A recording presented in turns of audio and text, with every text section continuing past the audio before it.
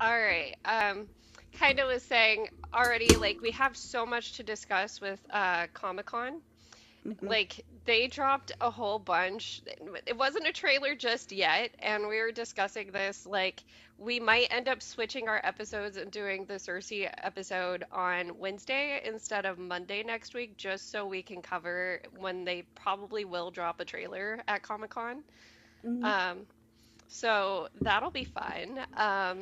Yeah, like what? So basically, yesterday they did what Disney does, which is like drop everything in the world all on one day, usually in Mhm. Entertainment Weekly. They did the Yes. same thing with Star Wars.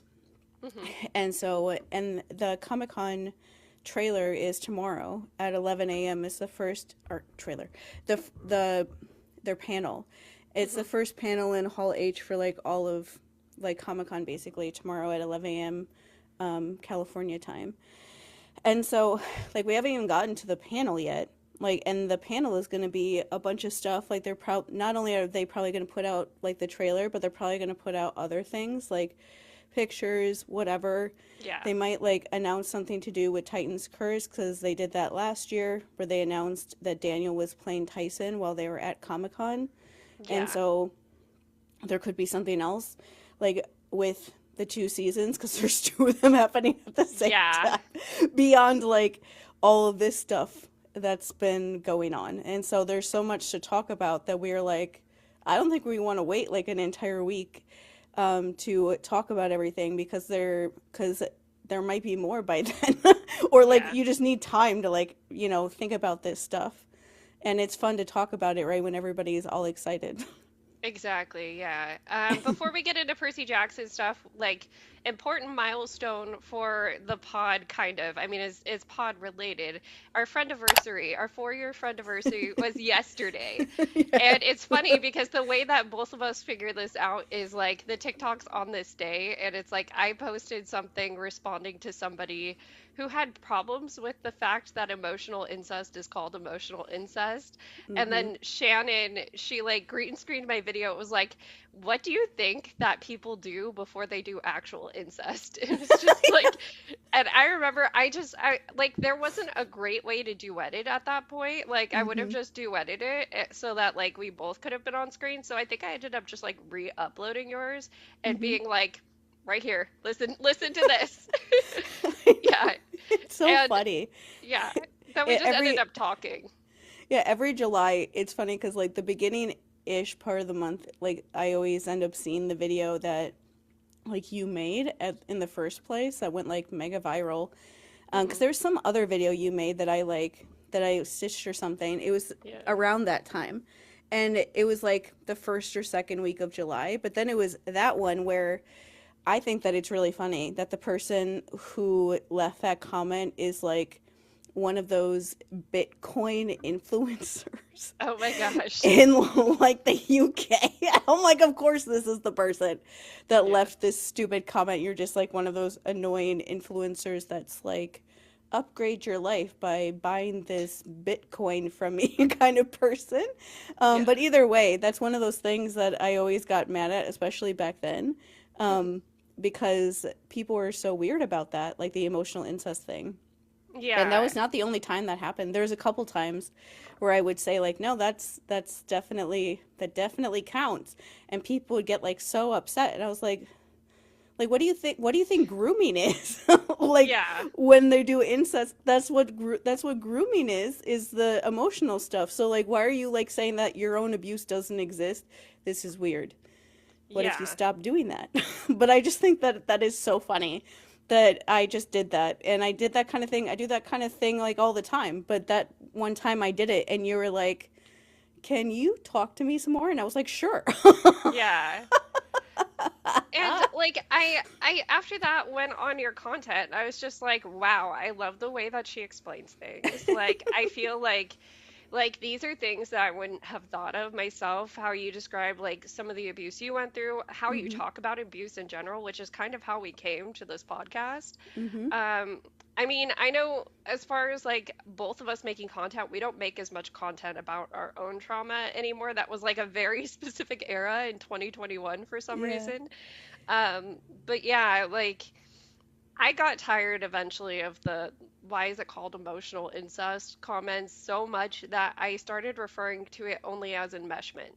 And it Yeah. was like, okay, I'll mince my words because I was doing the stupid thing trying to hide from like TikTok's like filters and using like characters and stuff in Hmm. writing out the word incest. And it was like, okay, that's tiring. Plus, people for some reason hate when it's described like this, so I'll just say enmeshment. Hmm. It is like a weird, I don't know. It's very weird to talk about your own stuff in that way. Like, we both Hmm. did it at the time because it was the only way we like really had to talk about it. Yeah. Um, TikTok was still like such like a new thing. Like I didn't join TikTok until February of 2021, and Hmm. that whole interaction happened in like the middle to end of July, since it was obviously yesterday, 4 years ago. Yeah. And so I'd only been on the app for a couple months, and so it was like I kept seeing all these videos of all these other people doing that thing, and so you're like, okay, like you want to talk about this, so this is like the only way I guess I can talk about it. But Hmm. that didn't last for too long because it's god awful Yeah. talking about that kind of stuff like very personally without like having anything to protect yourself with. Like the Yeah. stuff we talk about with this stuff is still doing that, but we're talking about it through like fake people. Hmm. And so it just feels easier to talk about this stuff through like fictional characters because you don't know unless you know us actually when we're talking about ourselves and when we're not, unless we tell you. Yeah. And so we can just not say anything if we don't want to. That's fine. And that's like honestly the best way to do it because Hmm. otherwise it's just like way too much. Exactly. Yeah. And people got really parasocial with it on some of mine because Yeah. there was a moment there in 2021 where my profile was getting a lot of views, and like the parasocialness of it all didn't hit me until I stopped making content like that. And I had people going back to videos that were like 2, 3 years old at that point and still Yeah. arguing with people in the comments. And it's like, okay, I mutualed you, but this is really weird. This is weird behavior. I think I'm gonna block you right now. Yeah. Like, And yeah. it is weird. Like there is somebody that I like chatted with in DMs and stuff way back then in like 2021, 2022. And she made a video saying that people who have those certain kind of personality disorders are like not human. She literally said they should be put into a zoo. Oh my gosh. And I was like, you should never talk about people like that. Like that's very stigmatizing. They're human beings. That Yeah. you don't talk about people like that. And she got upset with me for saying that and blocked me. And Hmm. so it's just one of those weird things that like you never know. Like you're just like a person online and Yeah. you just never know how people are going to react, but it feels especially bad when the reason why people are like blocking you is just because of like super personal stuff like that. You don't have anything to like hide behind. It's purely Exactly. like you don't agree with me about my life decisions. And it's like, "Oh my god, no." That's part of why I didn't even mention that I started talking to my mom again on TikTok for like months, like in public like Hmm. videos, because I still feel like this. I don't give a fuck what you think. Yeah. Like if somebody came up to me and told me like that was a bad idea, she's using you, I would just block them. Yeah. Like I don't need your permission to make the decisions in my life. I talk to people Exactly. who actually know me. They're the only people I actually care about, and even them, they were just like, just do what you think is right. Hmm. Um, that's it. Yeah, TikTok is very good at talking about the aspects of like childhood trauma of like, go no contact with your parents, never talk to them again. But Hmm. if you have any stance other than that, it's just like because I've made multiple videos saying no contact is not my forever goal with my mom, even though Hmm. that's been 4 years at this point too. Hmm. And people will still be like, but if you talk to her, it's just going to happen again. So you should stay no contact forever. And it's like, okay, but this doesn't work for my family. I have, like my son and my husband are a part of this too.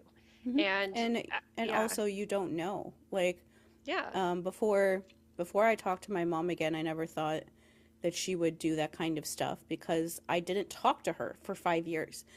And Hmm. so I had no idea what was going on when I wasn't around. And my family members who saw her and talked to her respected my choice, and they never brought her up ever around me. Mhm. Every once in a while, like my sister would, like she told me when she was like in the hospital and almost died.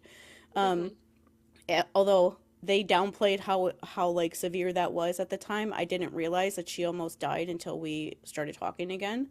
At the Yeah. time, they just said she was in the hospital and was having surgery, but acted like she would be fine. And Mhm. like she is fine, but still, like they didn't really know at the time. And other than that, like if I was like over at her house and she was like watching like one of my mom's dogs or something, then she would obviously tell me where that she was out of town or something like that. But other than that, they literally told me nothing about Mhm. her for like 5 years. And so I had no idea like that she completely changed her mind about like everything, Yeah. until I actually talked to her for a completely different reason. But because I did, she was able to like tell me that. And I realized that that doesn't happen to everyone. Some Mhm. people's parents, never never get that far, like never do that. Yeah. But like some of them do. And like Yeah. in the case of like my mom, like my dad was the big monster, and I could understand the reasons why she did what she did. And Mhm. all I ever wanted from her was to like understand that, and she did. Mhm. Instead of like fighting that her responsibility, she just at that point was okay with admitting it and saying like I'm so sorry that I did this to you kind of stuff. And that's all I wanted. Yeah. I don't need them to be like perfect or to be like have every opinion like I do. That's Mhm. that's it. And I Yeah. never would have known that if I didn't like talk to her ever again. You just never know. Yeah, with my mom, I'm not expecting a big change really.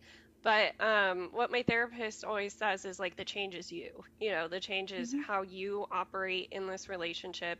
It's not like you're going to be getting together and hanging out all day like you used to. It's going to be like, oh, we can sit together at a family dinner and be okay. I can invite you to some of William's things and have you in the same room as me and we'll be okay.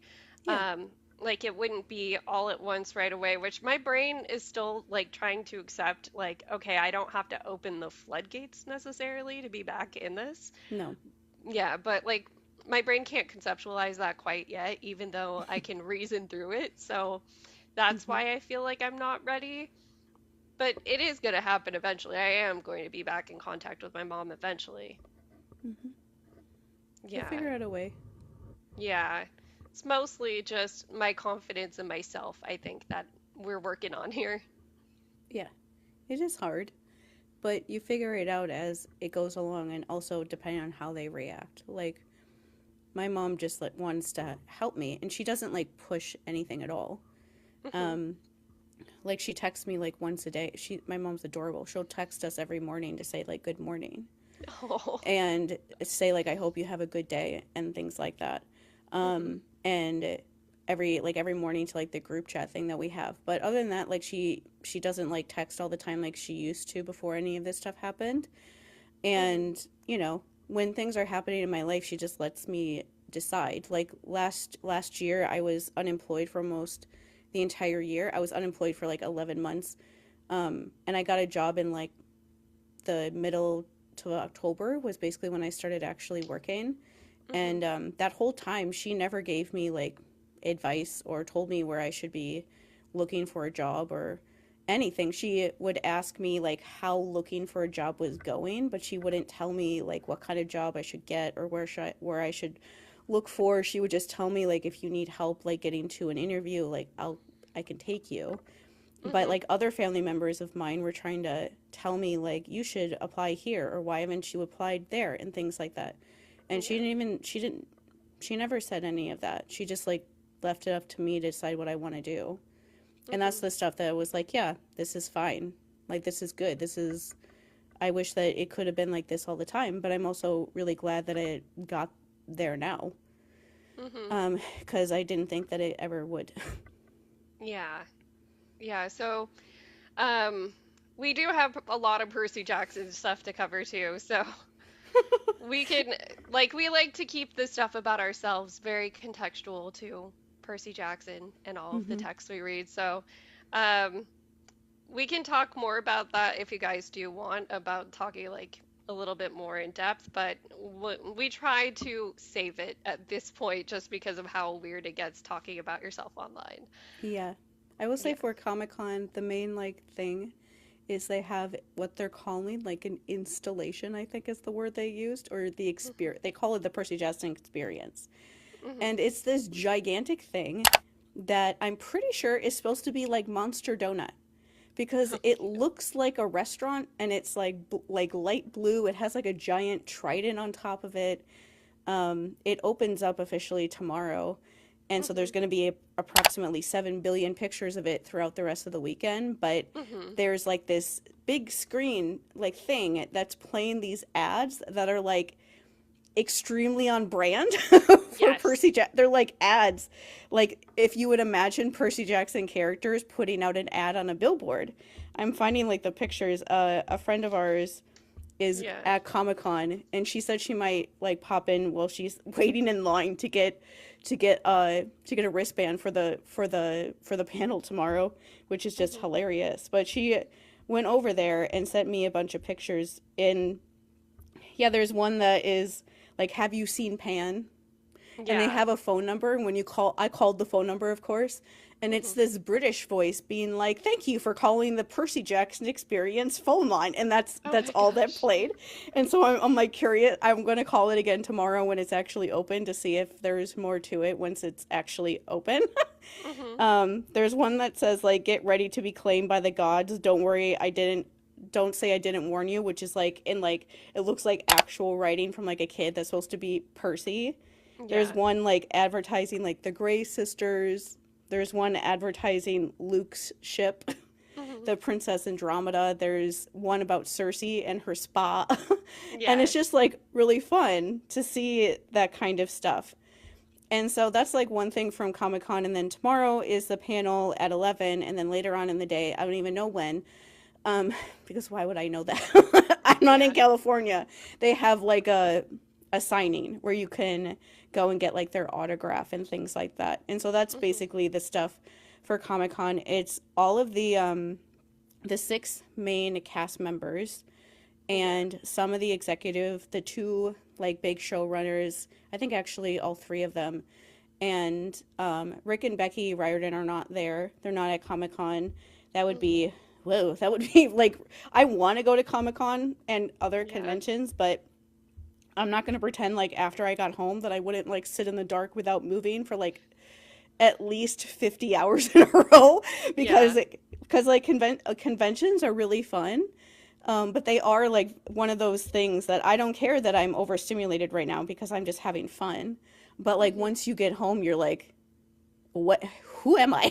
Like Exactly. why do I keep going to bed so early for like 5 days in a row? And it's like, oh right, because I'm autistic and I was just in a situation that was like noise and lights and lots of people and stuff all the time. It would be worth Yeah. it, but that's why sometimes they didn't go to Comic-Con last year either actually. Rick Hmm. did like the prepared video to announce Tyson, but Yeah. they don't usually, especially considering that Titan's Curse is going to start filming in a couple weeks. They likely have a bunch of stuff going on with that and all of their redacted Yes, I was just thinking shenanigans. that. All of Rick's redacted, Yeah. meetings about redacted, reading redacted, all of My that. favorite one was like, I'm meeting with redacted about redacted. Yes. And it will be He's fun to go silly. back to that tweet and be like, let's put this in like Mad Libs once they start like, and if they can one day start announcing things. Yeah. Yeah, but they're not there. And so there's likely going to be some sort of video or something, because there always is, from Rick saying something Hmm. um, during the panel tomorrow. And so all six of not only the kids, because Daniel is very much not a kid, but I call Yeah. them the kids, will be there during the panel, and then I'm pretty sure they're all going to be signing autographs too. Hmm. Maybe it's only, I'm pretty sure it's all of them and not just like the main The trio. trio.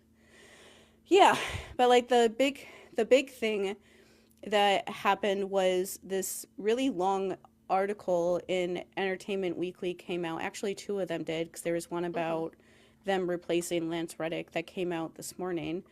Yeah. But it was really cool to see like the online like magazine cover they made for them of them like standing on the ship on Clarissa's ship with like Scylla and Charybdis going just crazy in the Yeah. background and them stand but just to like gloat, we Hmm. were going to gloat about how we've been correct about two things so far. Hmm. One of them became like a whole like fandom discussion thing Because of that I Mason. yeah, that I wanted to bring up the whole thing with Mason because that's become it's weird Hmm. because Mason hasn't like acknowledged it. Like Yeah. and someone's comment section that we'll mention in a second, somebody said something about, oh, I see that he deleted the video, and I went and clicked on it and I was like, oh, no, it's still here. I think he just blocked that person. Oh no. But either way, the thing that happened was Mason is a really big Percy Jackson account. He's called, people kind of know him as like the Percy Jackson guy. Like a lot of Gen Z kids and Gen Alpha kids just like follow him to keep up with what's going on the Yeah. show and stuff and in between seasons. And he did the weirdest video. We actually talked about it last week. Hmm. But he did a weird video where he said the only thing about the TV show that he is like not happy about was the fact that the soldiers are not going to be Confederate soldiers on Clarissa's boat, and he like Hmm. expanded on that idea that Yeah. he didn't like it because he wanted Clarice and Annabeth to like have this like girl boss moment is literally the words that he used to describe it. Just imagine how sweet it would have been to see Dior Goodjohn and Leah Savay Jeffries girl bossing around a bunch of Civil War era Southerners. A girl boss moment where they get to like, I don't know, do something to the dead racists. And he was all disappointed, like, oh, wouldn't that be like the coolest moment ever? And I wish that we could see that. And like last week when we talked about that, we were just Yeah. like, ugh. Like Yeah. that's That's a generally just weird take. it's weird. It's weird for that to be so important to you to like make a Yeah. video and be like, this is the only thing about this entire TV show that I'm disappointed with so far. I'm like, this is what you're disappointed in so far, is this one thing that was odd. But um yeah, and so he posted that, and like last week we were like, that is weird. When some of this stuff became like people started talking about it more, um our friend Sophia posted on the video that I posted about it, like in the comments, where she said Hmm. like this feels like when people want to see like disabled people like in pain and things Yes. like that and like suffering. And I'm like, that's exactly what it's like. Like the idea of like wanting to see them being going through like racist attacks, even if Hmm. you want it because you want like a girl boss moment, you're like, it's like the only way that you can imagine them having a cool moment like that is by them being attacked by racists first. And it's just, it's like that kind of idea of like, you know, liking the Hmm. idea of seeing them suffering first instead of just being cool and being like Yeah. themselves and having those moments anyway, but not without that weirdness. And so Tatiana is somebody we mentioned in our video last week too that did a really good video on YouTube about Annabeth being black and how it makes her character better. Her Hmm. her first video she did was covering like her in season 1 and just going through the different things that happened and why it made her character arc better. And Hmm. she I followed her on here on TikTok, and she is the one that like responded to that to Mason's video the other day, and Hmm. was just like, "How about no?" Respectfully, absolutely not. Let's talk about it. Hi, I'm Tatiana. If you don't know me, aka your digital melanated wife. Yeah. And she, I guess, is on Twitter because I saw like some of the like angsty little devil children on Twitter talking about it, but it was like a good use of that like anger that they have towards everybody, that they were upset about him wanting to saying that and like being like, what the heck? Yeah, So it's a that was a very good, privileged white boy take to think that it would be a moment of them owning the racist rather than trauma porn. yeah. It's just, Mhm. and so she made the video about that, and so more people started like actually talking about it or just talking about not liking that him saying that. And I Mhm. thought that it was really like really fun, fancy, cool timing that literally the morning after, like the day after all of that stuff happened, the Entertainment Weekly article came out yesterday, and a big part of the article was talking about that. Mhm. And just to like read from it, they're talking about the CSS Birmingham, that it was everyone's favorite set because they actually Yeah. like physically built like a giant set Mhm. for her ship. And they were saying the show includes, this says that the show updates that problematic depiction by expanding the crew to all armies that have been Mhm. defeated in battle and owe a debt of service to Ares. And so not just like one, like Dior is quoted saying that there's a soldier that is from like Grecian style, like wearing Mhm. like robes and sandals, like from ancient Greece. There's a Japanese imperial soldier, there's a British soldier, there's like a French soldier. They're all just like all next to each other, and they're all like together on this ship. Yeah. And I was like, yeah, that's a way better way to like have her have a bunch of people on her ship like that. Mhm. It is like what we said. Like Yeah. I looked up the video we made like last November. We in a video were like, I literally said like, what if they're all from different times and they Mhm. don't know how to communicate and they can't like they don't speak the same language.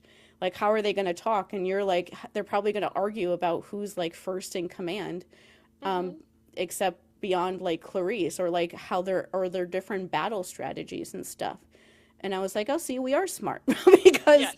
that's basically what the people behind this show came up with, and that's much much better way to do it. Like Dior says, it's a very tasteful improvement to that whole thing, and it's like, yeah, that this is why I really enjoy how this show handles things because, like what I was trying to say like last week, that sometimes productions cast people that are not white in roles that were originally white, but they don't change anything.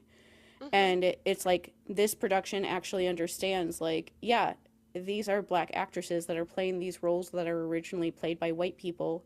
They probably get racist comments somewhere on the internet every day. They know that some people are never going to accept them in their roles, even if they are so good at playing those roles in when they were trying out that they picked them even though they looked nothing like the original characters. They Mhm. know that some people just never accept them purely just because they're racist. And so the last thing Mhm. you need is to make them be reminded of that when they're supposed to be doing their job.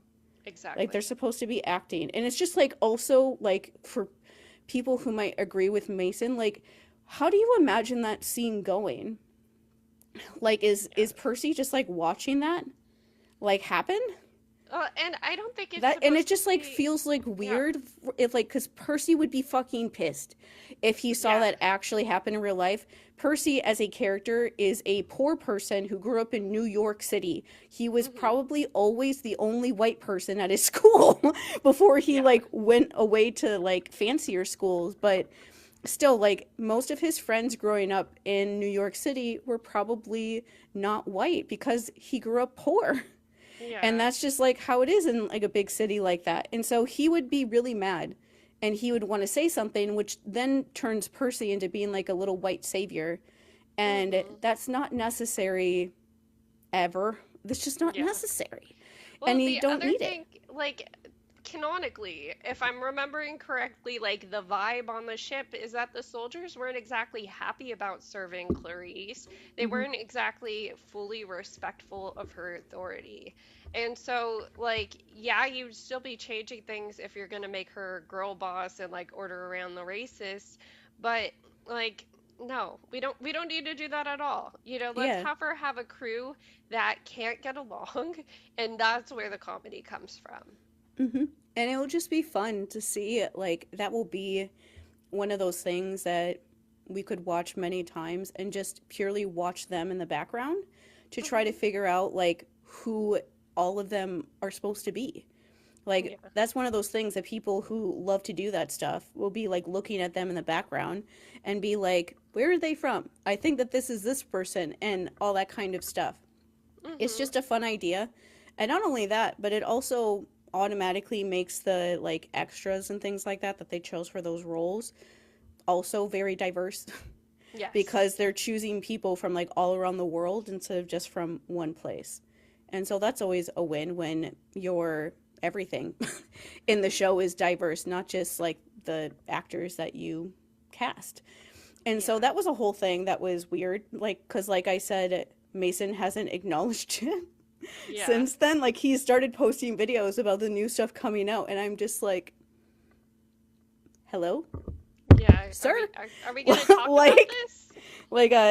usually in times in the past when things like that have come up where he said something that, hurt people's feelings, he will like make a video and apologize. Like, just a couple months ago, he made a video about someone I someone who's in the Harry Potter movies.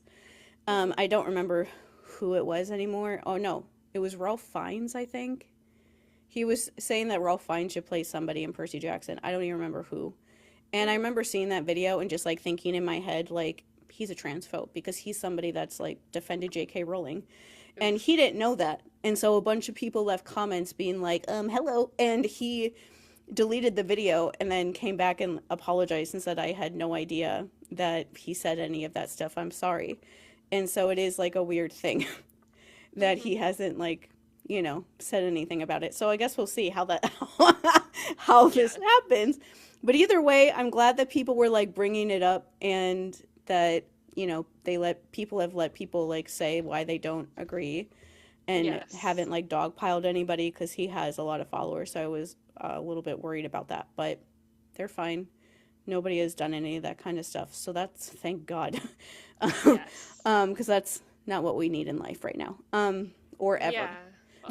Another thing that came up in this article, I think it was even part of, I forgot what the title of the article was exactly, but there was a lot of injuries on set.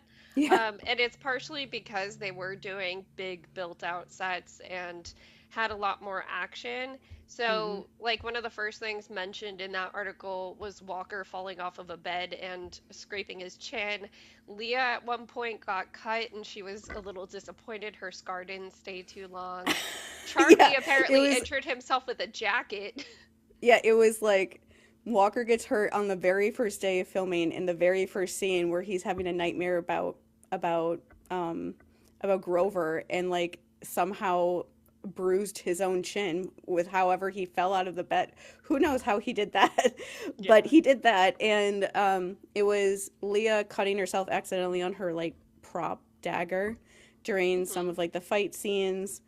Clarice or Dior like tore off one of her fingernails. That Oh yeah, I forgot hurts. that one. That hurts. And she tore off one of her fingernails in a fight scene she has in a freezer. And I think that it's very funny that Charlie hurt himself that badly getting in a jacket.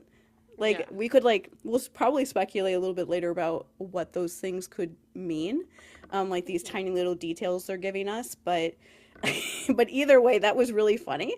And Yeah. how the interviewer said that they were all like really excited to tell him about all of like the actual real life injuries that they got during all of the fight scenes, like those Yeah. like random 30-year-old like men that were saying that Percy Jackson season 1 wasn't very good because the fights weren't very long.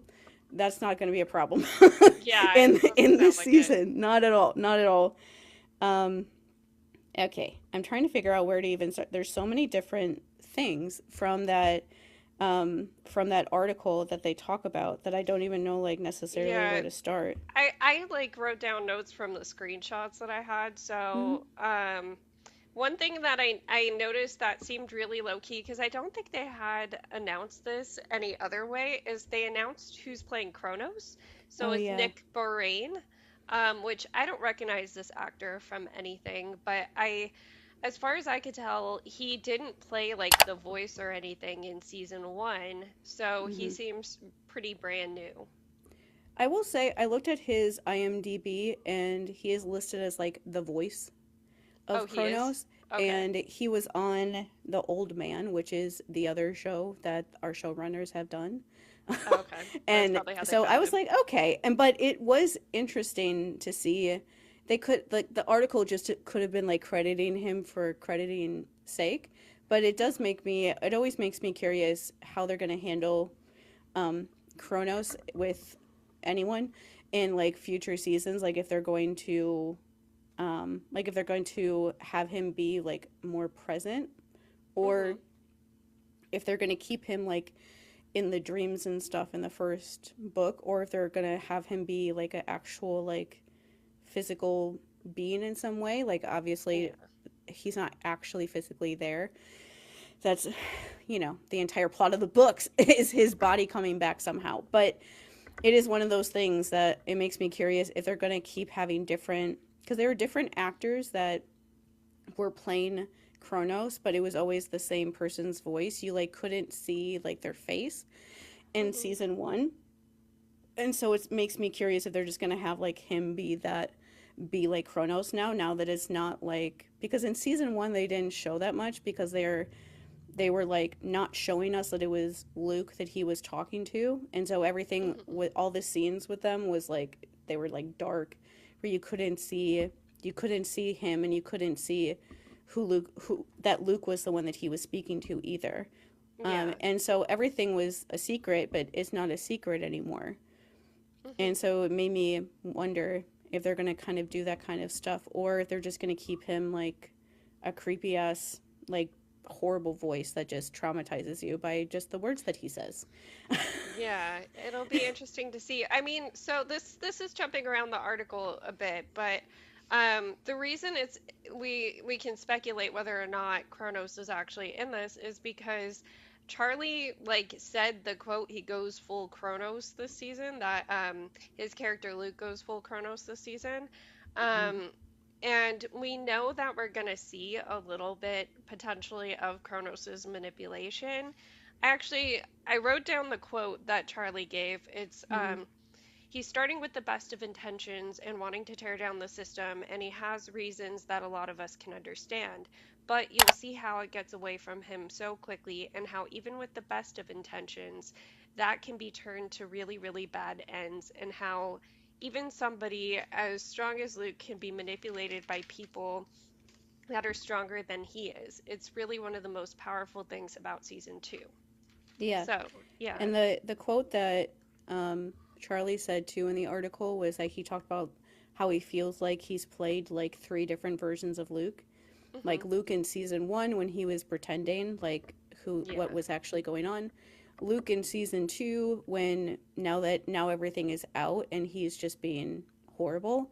And then Hmm. past Luke, because one of the things they mentioned in this article is the flashbacks about with him and Thalia and Annabeth, showing like why Annabeth is afraid of Cyclops and things like that, and also introducing Thalia as a character that he Hmm. plays like younger Luke. And so he is playing those scenes where Luke is like, you know, still like nicer or like trying to help them, while Yeah. he's filming scenes of him in like the present day going after them, and then eventually trying to kill them. Yeah. um and it just, I really like Rick Riordan um said, there's a little quote from him where the I don't know what the interviewer said, but he said, "Oh wow, if viewers aren't familiar with the books, then they are going to be heartbroken." Pretty much, yeah. Riordan warns of Luke's full heel turn into the villain this season. Do I need to repeat that for people? Because there are people that are familiar with the books, like, that are going to be heartbroken Hmm. because they have invented an entire version of this story inside their brains that does not actually exist in the Yeah. books. They just like haven't.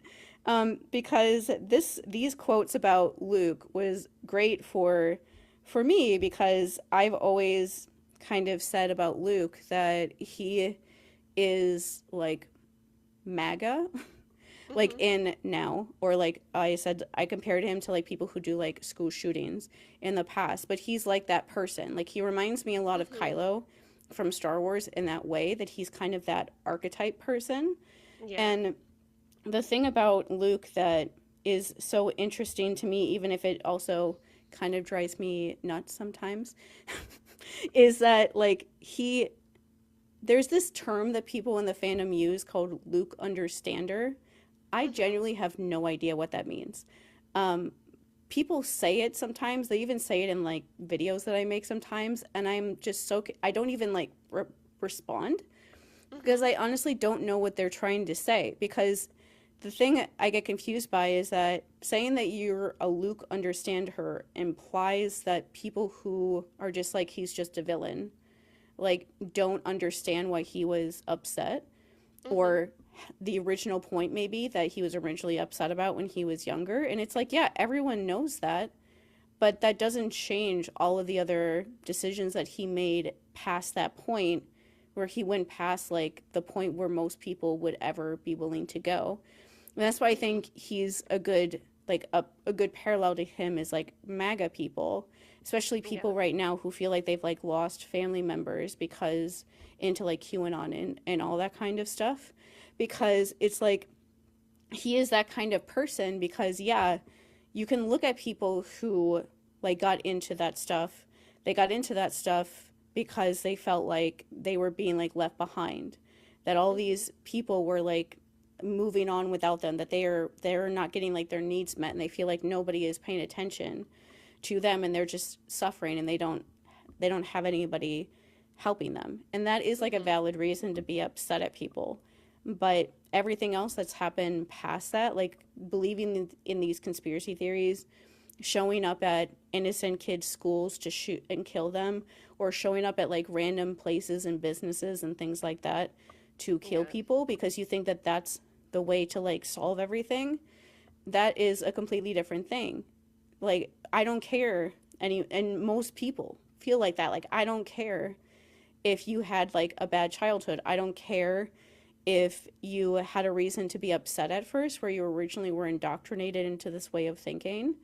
Like once you get to the point where you're doing like violent actions towards people, it's like that is purely like you're choosing to do that, because not all people do that. Like not all MAGA people showed up to the Capitol on January 6th. There were a bunch of them that didn't.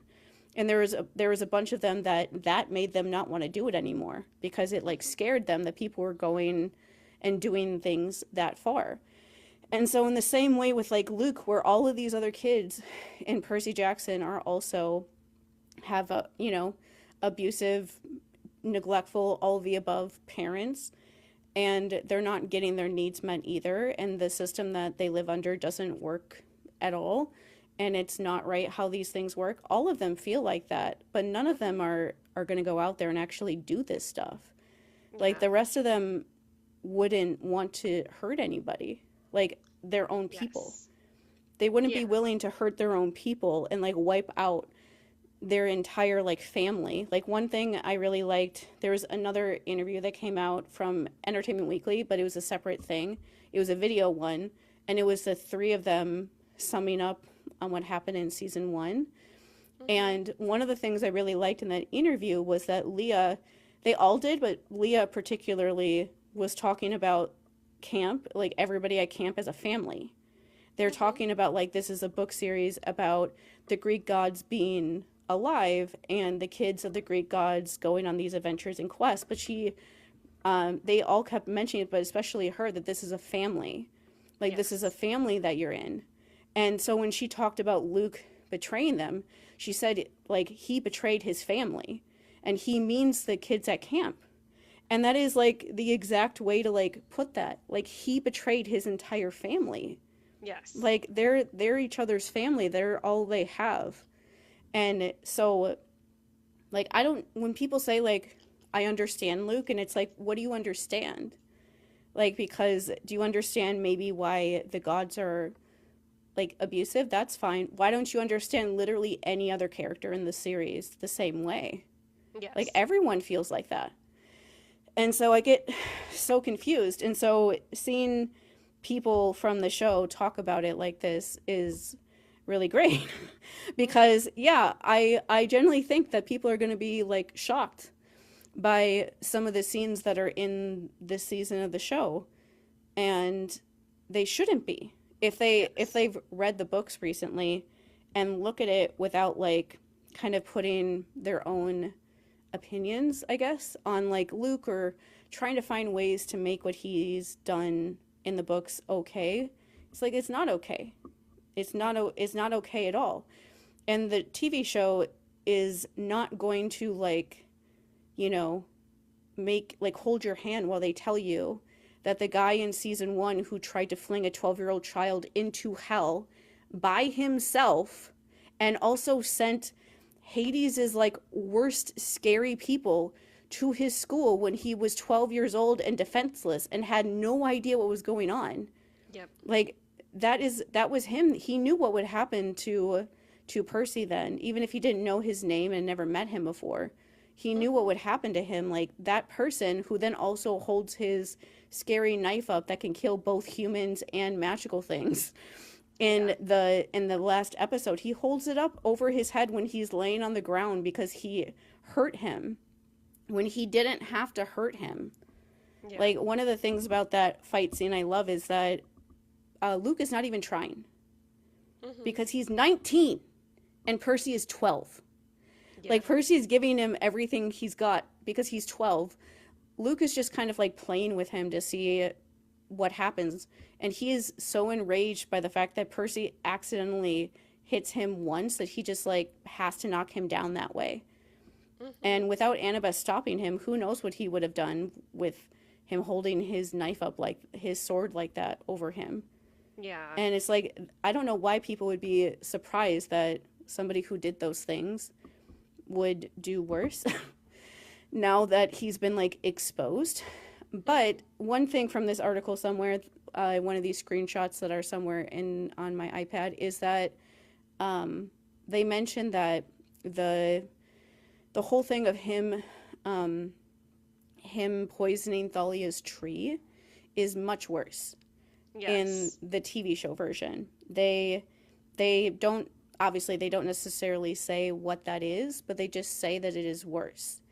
And one of the there's a couple pictures that they put out, and one of the pictures they put out was this one of Luke wearing what looked to me like a bathrobe, but like the fanciest bathrobe, like what you see like rich people bathrobes wear when they're like, hey, this is my crib for my $7 million mansion. And it has like all of these little symbols on them that I'm guessing is like Greek or something. And anyway, it took me way too long to realize that he is sitting on a horse. Yes. And the only reason I realized it is because somebody on Threads was like, why isn't anyone talking about Luke being on a horse? Why is he on a horse? And I was like, why did I not realize that he's sitting on a horse in this scene?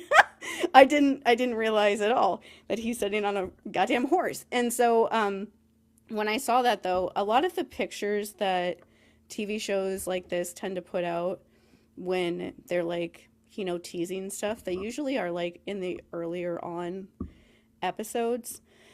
Like one of the other pictures they put out, for example, was like Walker or Percy when he first gets to camp. He still has on like his jacket from his middle school and has on like jeans and is just like trying to fight wearing that stuff when they first get to camp and everything. And the other picture they put out was like Leah or Annabeth when she's holding up her dagger to Tyson right after they get out of the school after the Canadians attack and stuff. Those are all likely things those are things in like the first episode. And so they also put out a picture of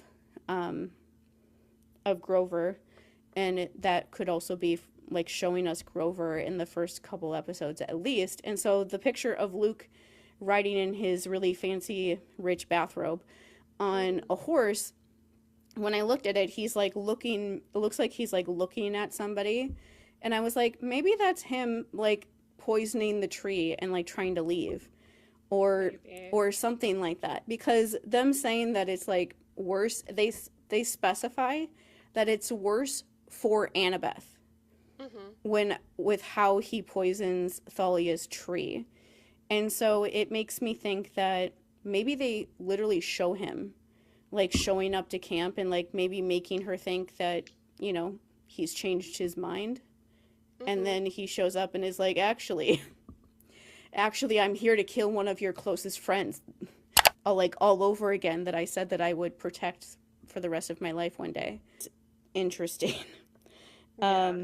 And like the one quote I saw is Annabeth or Leah saying about Annabeth, like you definitely get to see how hurt Annabeth is, but you also get to see how much love she still has for Luke. Annabeth still sees some good for him. And so that's something that Leah herself has said. And there's an interview they did a couple months ago with all three of them. I think at like the Disney Upfronts is when they did those interviews where she said like she's like there's nothing good there, but she's trying to find it. Like that's the way that she put it. And I'm like, that's a really good way of putting it, because that's literally Annabeth. Like she's trying to search for anything in him, to find anything that is redeemable, good, anything that like resembles even like basic humanity. and like through the course of this season, she's like trying to, and that is like how she should be. Like that's how this kind of stuff should go, because it would be harder for Annabeth.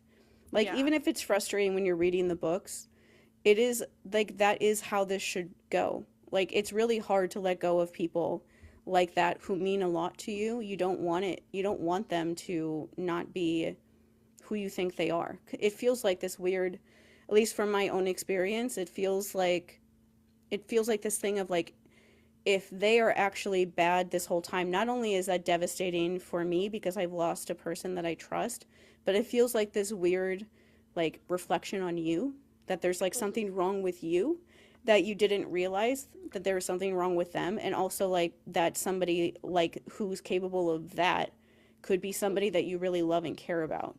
And so it's like this weird mix of like, you don't want that to be true, because you don't want to be somebody that would feel like so much love for somebody that is possibly doing all of these things. And so you want them to somehow have something that could, you know, they could turn back. Yeah, Issa's pointing out that's exactly how she gets trapped holding this guy at the beginning of Titan's Curse, is because she still thinks there's some good in him. So her character needs to hold on to that hope still. Yeah. It just is how it should be. That kind of stuff is just really hard. It's really hard to let go of that kind of stuff. It's really, really hard. It takes like decades of people's lives sometimes. Yeah, that's a good lead-in, though, to the Siren scene. So this is one where I feel like we're both going to have pretty similar opinions to the Hephaestus chair scene, where everybody's like, oh, it should have been the original Tunnel of Love scene. But it still works because it shows what it needs to show. You know, it shows their bond getting closer, them finally trusting each other. The Siren scene, we don't know what the big change is, other than afterwards it says that Percy and Annabeth have a talk about where their relationship stands at that point. And what both Walker and Leah said is that they think the change makes the scene better. And Leah said she loves how it comes together. So I know the fandom is going to be mad if it doesn't go book accurate Siren scene, but we've seen enough from this production to know that if they're updating it in a way that still has the essence of everything that happened there. And I am glad that they put in like the scene like that afterwards, of them talking about like where they stand, how they feel about each other before they go to Polythemus's island and the end stuff with Luke. Because it just is like one of those things, like the things that we say all the time about this, but it's just always true, that when it's being adapted to a TV show, like people watching it are going to wonder about things like that. And when you're in a book, and it's especially through the point of view of Percy, even if they had it's actually one of those things that Dior mentioned somewhere in here, is that she said like the books are like a version of like Percy writing in like his journal or diary or something, about like what happened during all of these crazy quests that he went on. And so they said like the show, like especially this season, is more like you seeing like what actually happened as opposed to like what he wrote happened, because it's one of those things that you could very easily say that the two of them had a conversation like that when this actually happened, but like Percy is not going to write about something personal in that sort of way down Yeah. like that where other people could read it. Like, why would he do that? That's nobody else's business but theirs. And Hmm. so you could very easily just say that because it does, but overall, either way, them on this show, the audience is going to want to like, you want to have like that kind of arc that they're doing in this season.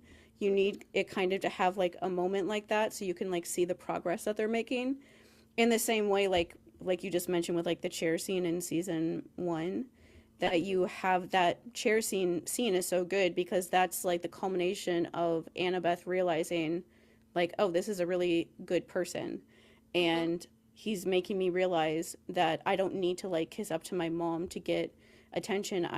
He's a good person and he thinks about things differently than everybody else, and he's making me rethink what I think about things, and I don't want this to end. Yeah. um and you need to see scenes like that in a TV show to kind of have those moments to show the progress that they're making. um Yes. and so that's another place where they can show the progress, especially because most of this season is there's a lot of like conflict between them during this season because there's like they haven't seen each other for like the whole year between the two seasons. Hmm. Annabeth doesn't like Tyson and is scared of him, and so that's like a constant kind of thing that they're just kind of arguing about. And then the stuff with Luke and her wanting to believe that Luke is still good is definitely going to cause some problems too. And so Yes. they kind of need moments like that, like, and it makes sense when you're like watching them that you almost will want to see like, are they okay? Yeah. After like all of this stuff that's going on, like you want them to be able to have a moment like that before like the next thing happens that is like just more chaos. Yeah. um and so one thing I thought was interesting is a lot of people think that Leah was talking about when she was trying to film a scene and was like frustrated because it was hard for her to like get it right. Yes. A lot of people thought that she was talking about the siren scene in this part, but I didn't think that she was. I thought that she was talking about a different scene.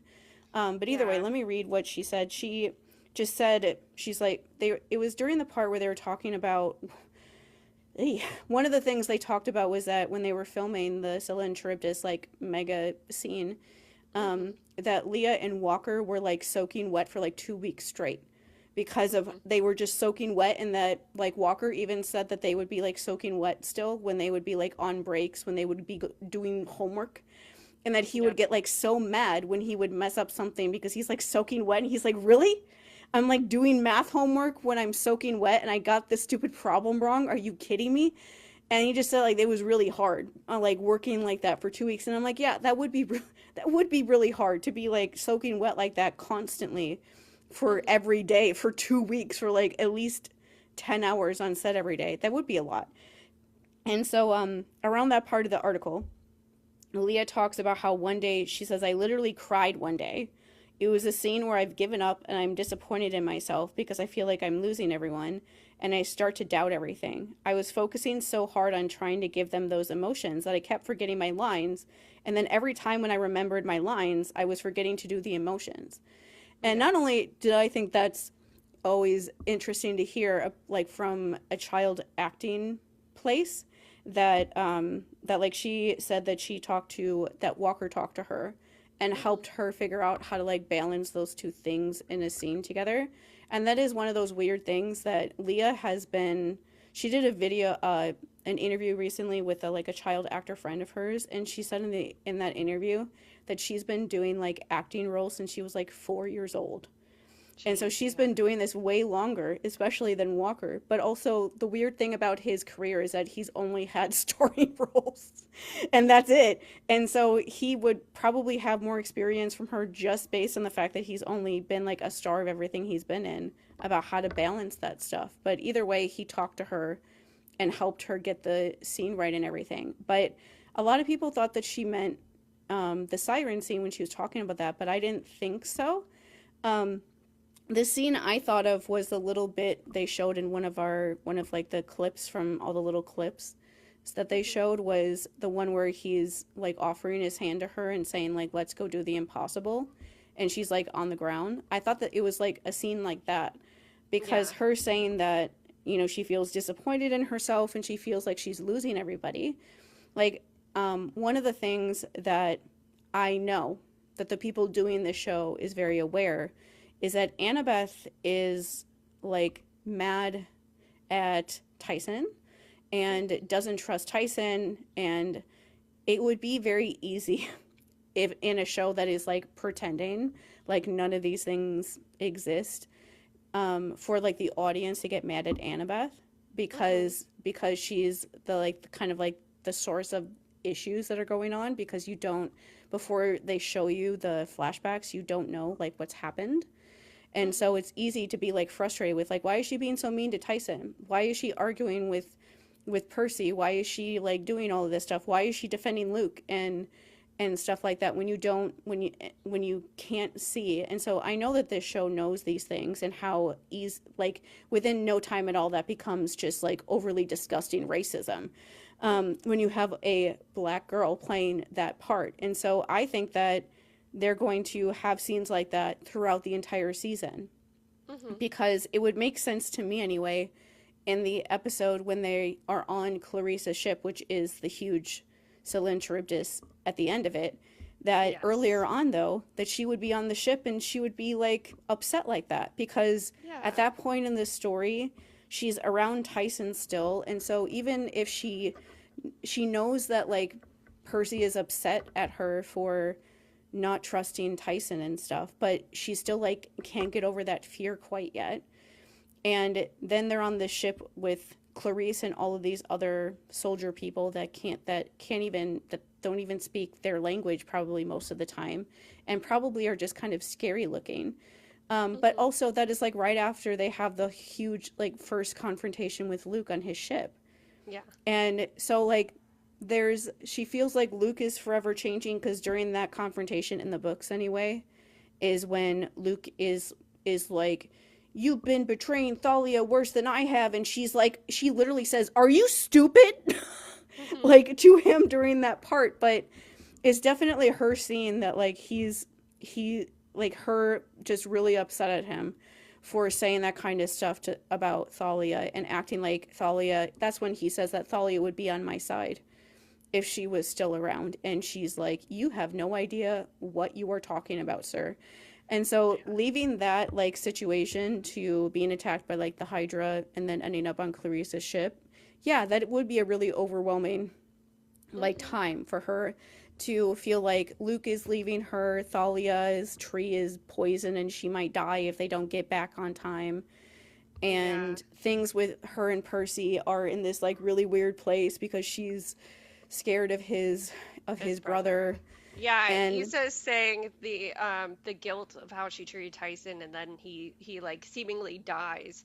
So that's why I think it might be like from before Siren Charybdis happened, because then Siren Charybdis like kind of makes all that explode, and it's harder to have if they keep it how it happened in the books anyway. Obviously they could change it, but if they keep it how it happened in the books, where Percy is like the one that is injured after the whole Siren Charybdis stuff, he is the one that like wakes up on a ship that Annabeth, like a little boat with their one singular Dr. Pepper that they're sharing, and that's the only kind of food they have.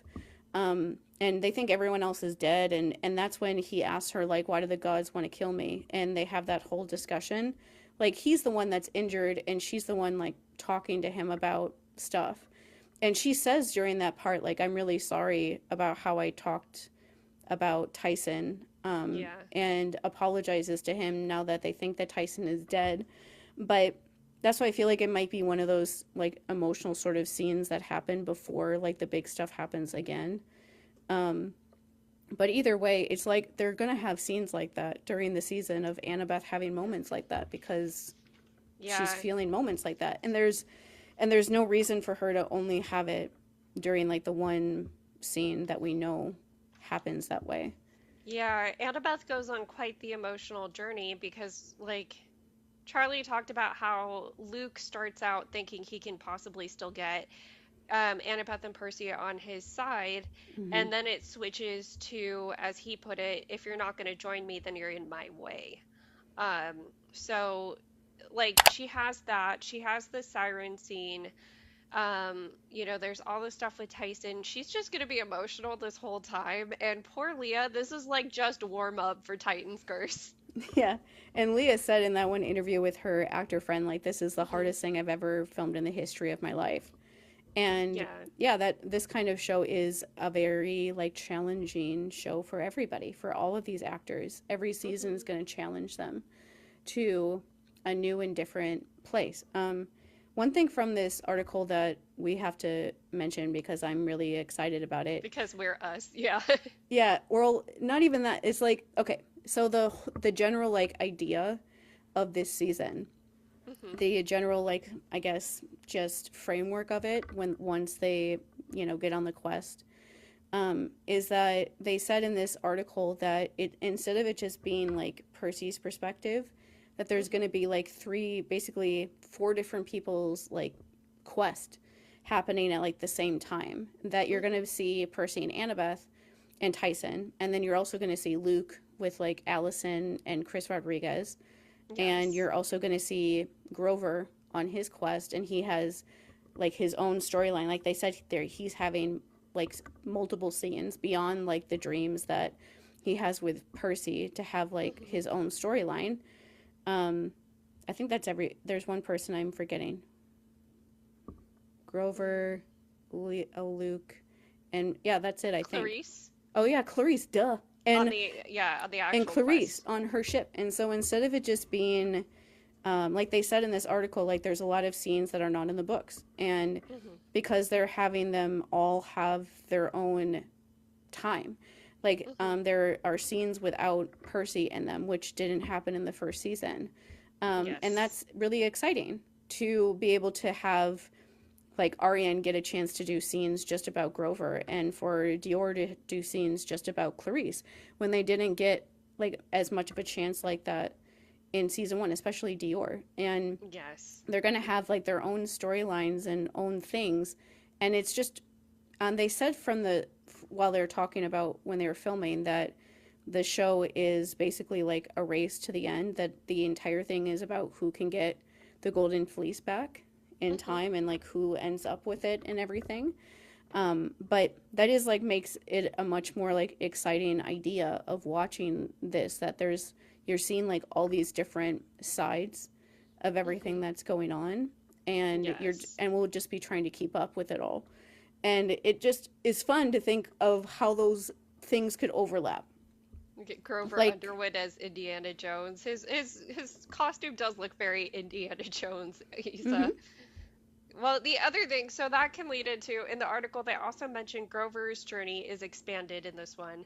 And the way they described it is that it's similar to Penelope in the Odyssey. mm-hmm. Um, and I mean, we're all excited for Aryan in the wedding dress, right? That's gonna be hilarious. But, him trying to use these clever tricks to buy himself time is very similar to Penelope. Yeah, I love the fact that they brought up Penelope in the Hmm. Odyssey, that anyone is like Rick Riordan, duh, but still like that anyone in this production is thinking about Penelope instead of Odysseus. I was like, Yes. yes, Yeah, please bring up Penelope for the love of God. I Like, can't remember if they announced Polyphemus before this, but his name is Alex Punovic. I don't know if I'm mhm. saying that right, but anyways, one thing that they mentioned in this that we're both very excited for is that they said that they're going to give Polyphemus a modern update, just like Medusa. And so we're thinking that it might go along the lines of talking about indigenous people And it's something that I've brought up before. Like, one of my high school Latin teachers was the first person to present Polyphemus to me this way of Hmm. like, yeah, they go on his island and they're expecting Xenia, right? They're expecting a very Greek custom. But they make these observations like it doesn't look like these people till the land, even though they're shepherds, so like they're clearly doing something agrarian. And, Odysseus's whole thing is like, "Hey, we're already here. Show us Xenia. Feed us. Take care of us." And he's like, "You just killed one of my sheeps, dude." Um, so, so we're thinking that that could potentially be the modern update, and it would be a very welcomed one in this day and age. Extremely. And it would, that was, when I saw that, I sent it to you. I was like, if they do that, like, it sounds like they're doing that because the quote from Rick was like, I can't take credit for that, but it was like a group effort that to depict him in a way that made everybody happy and things like that. Um, Yes. but either way, like, that's probably going to be what they're going to do. And the thing I said to her was like, in that moment, we will become absolutely insufferable Yes. because, and because a lot of like one of the things that classics people have argued with us about on the internet in the last year is about that. Like anytime I ever post a video about how the Odyssey has anti-indigenous themes in it, there's always a couple of them that pop up that are like, "What are you talking about? What do you Yeah. mean anti-indigenous themes? Odysseus waited for him and offered to just take some of his food." And like, he wasn't like he was like waiting for him and he could have just taken it when he was gone, but he was being like nice and then he like killed a bunch of his men and so then he had no choice but to like, Yeah. blind him and take his food and then leave. And I was like, that's interesting.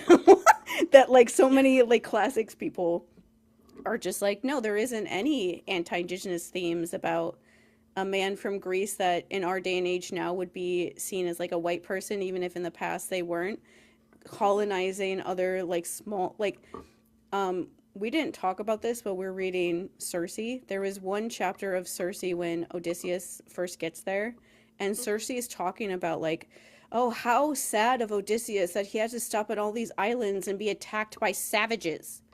Yeah. And I was just like, I will punch you, ma'am. And we didn't even like talk about that part of the chapter when we were doing it because there's so many other things to discuss about those chapters. Yeah. But like that is like that's the way that people talk about those things. And it's like, but wait a second, like we live in the here and now. People are much more empathetic and just understand more about indigenous people, that it doesn't matter who is indigenous around the world, the Mhm. people in who are in charge never like them, like ever. And it doesn't matter where you are or what you're doing, they just don't. And so the idea that Odysseus and his men were showing up on these people's islands and like just invading them and like wanting to steal a bunch of their food because they ran out and leave, and it's somehow presented in the story as like, look at these mean people on these islands that are attacking us. They're horrible, mean savages that Mhm. like won't help and won't do anything. And so ironically, I think this is like the ironic part of that is that Sea of Monsters is much more progressive, even back then, about Mhm. thinking about Polythemus with Yeah. how he's depicted than literally almost anything else. Yeah, Um, because Percy leaves that like that whole interaction like let's just let him believe we're dead because this guy's been through a lot. Like yeah, we like shouldn't have to take him out. they literally have to bully him into hurting Polyphemus. Like he doesn't want to hurt him. He doesn't like Clarice and Grover are like exasperated by him because he won't hurt him. And Clarice is like, "What is your damage? Like go and kill the thing that is trying to kill everybody.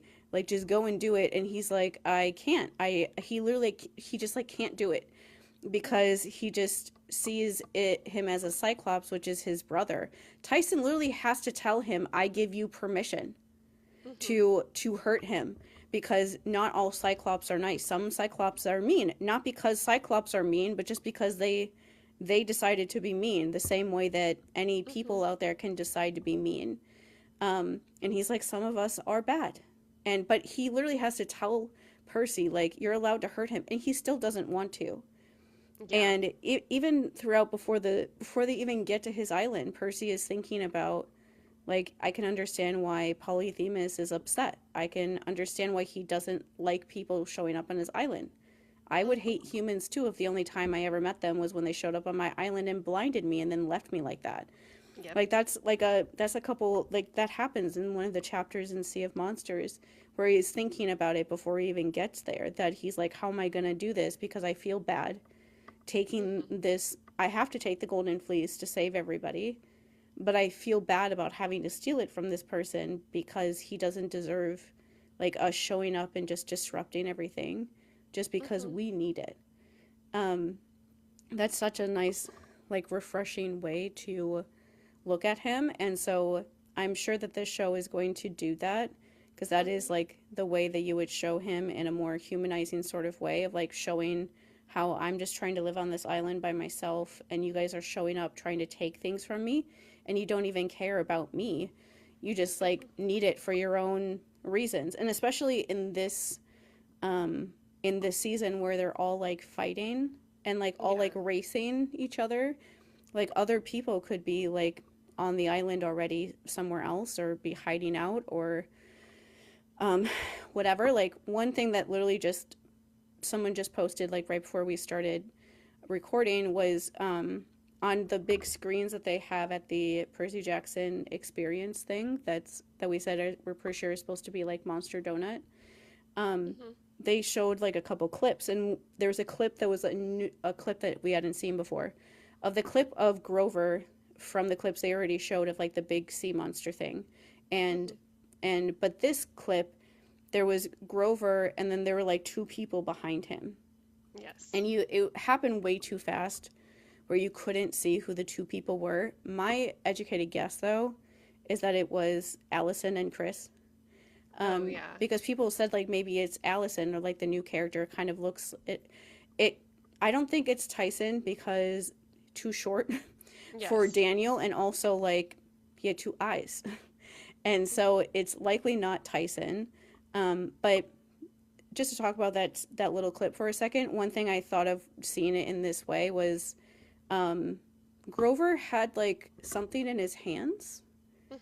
Like, it almost looked like, you know, when you watch, like, those ghost hunting shows and they have, like, an what are those called? EMT, EFT, what are those? Something like that. Yeah, like, monitor things that they use to, like, think when it makes more noise is when they think ghosts are around.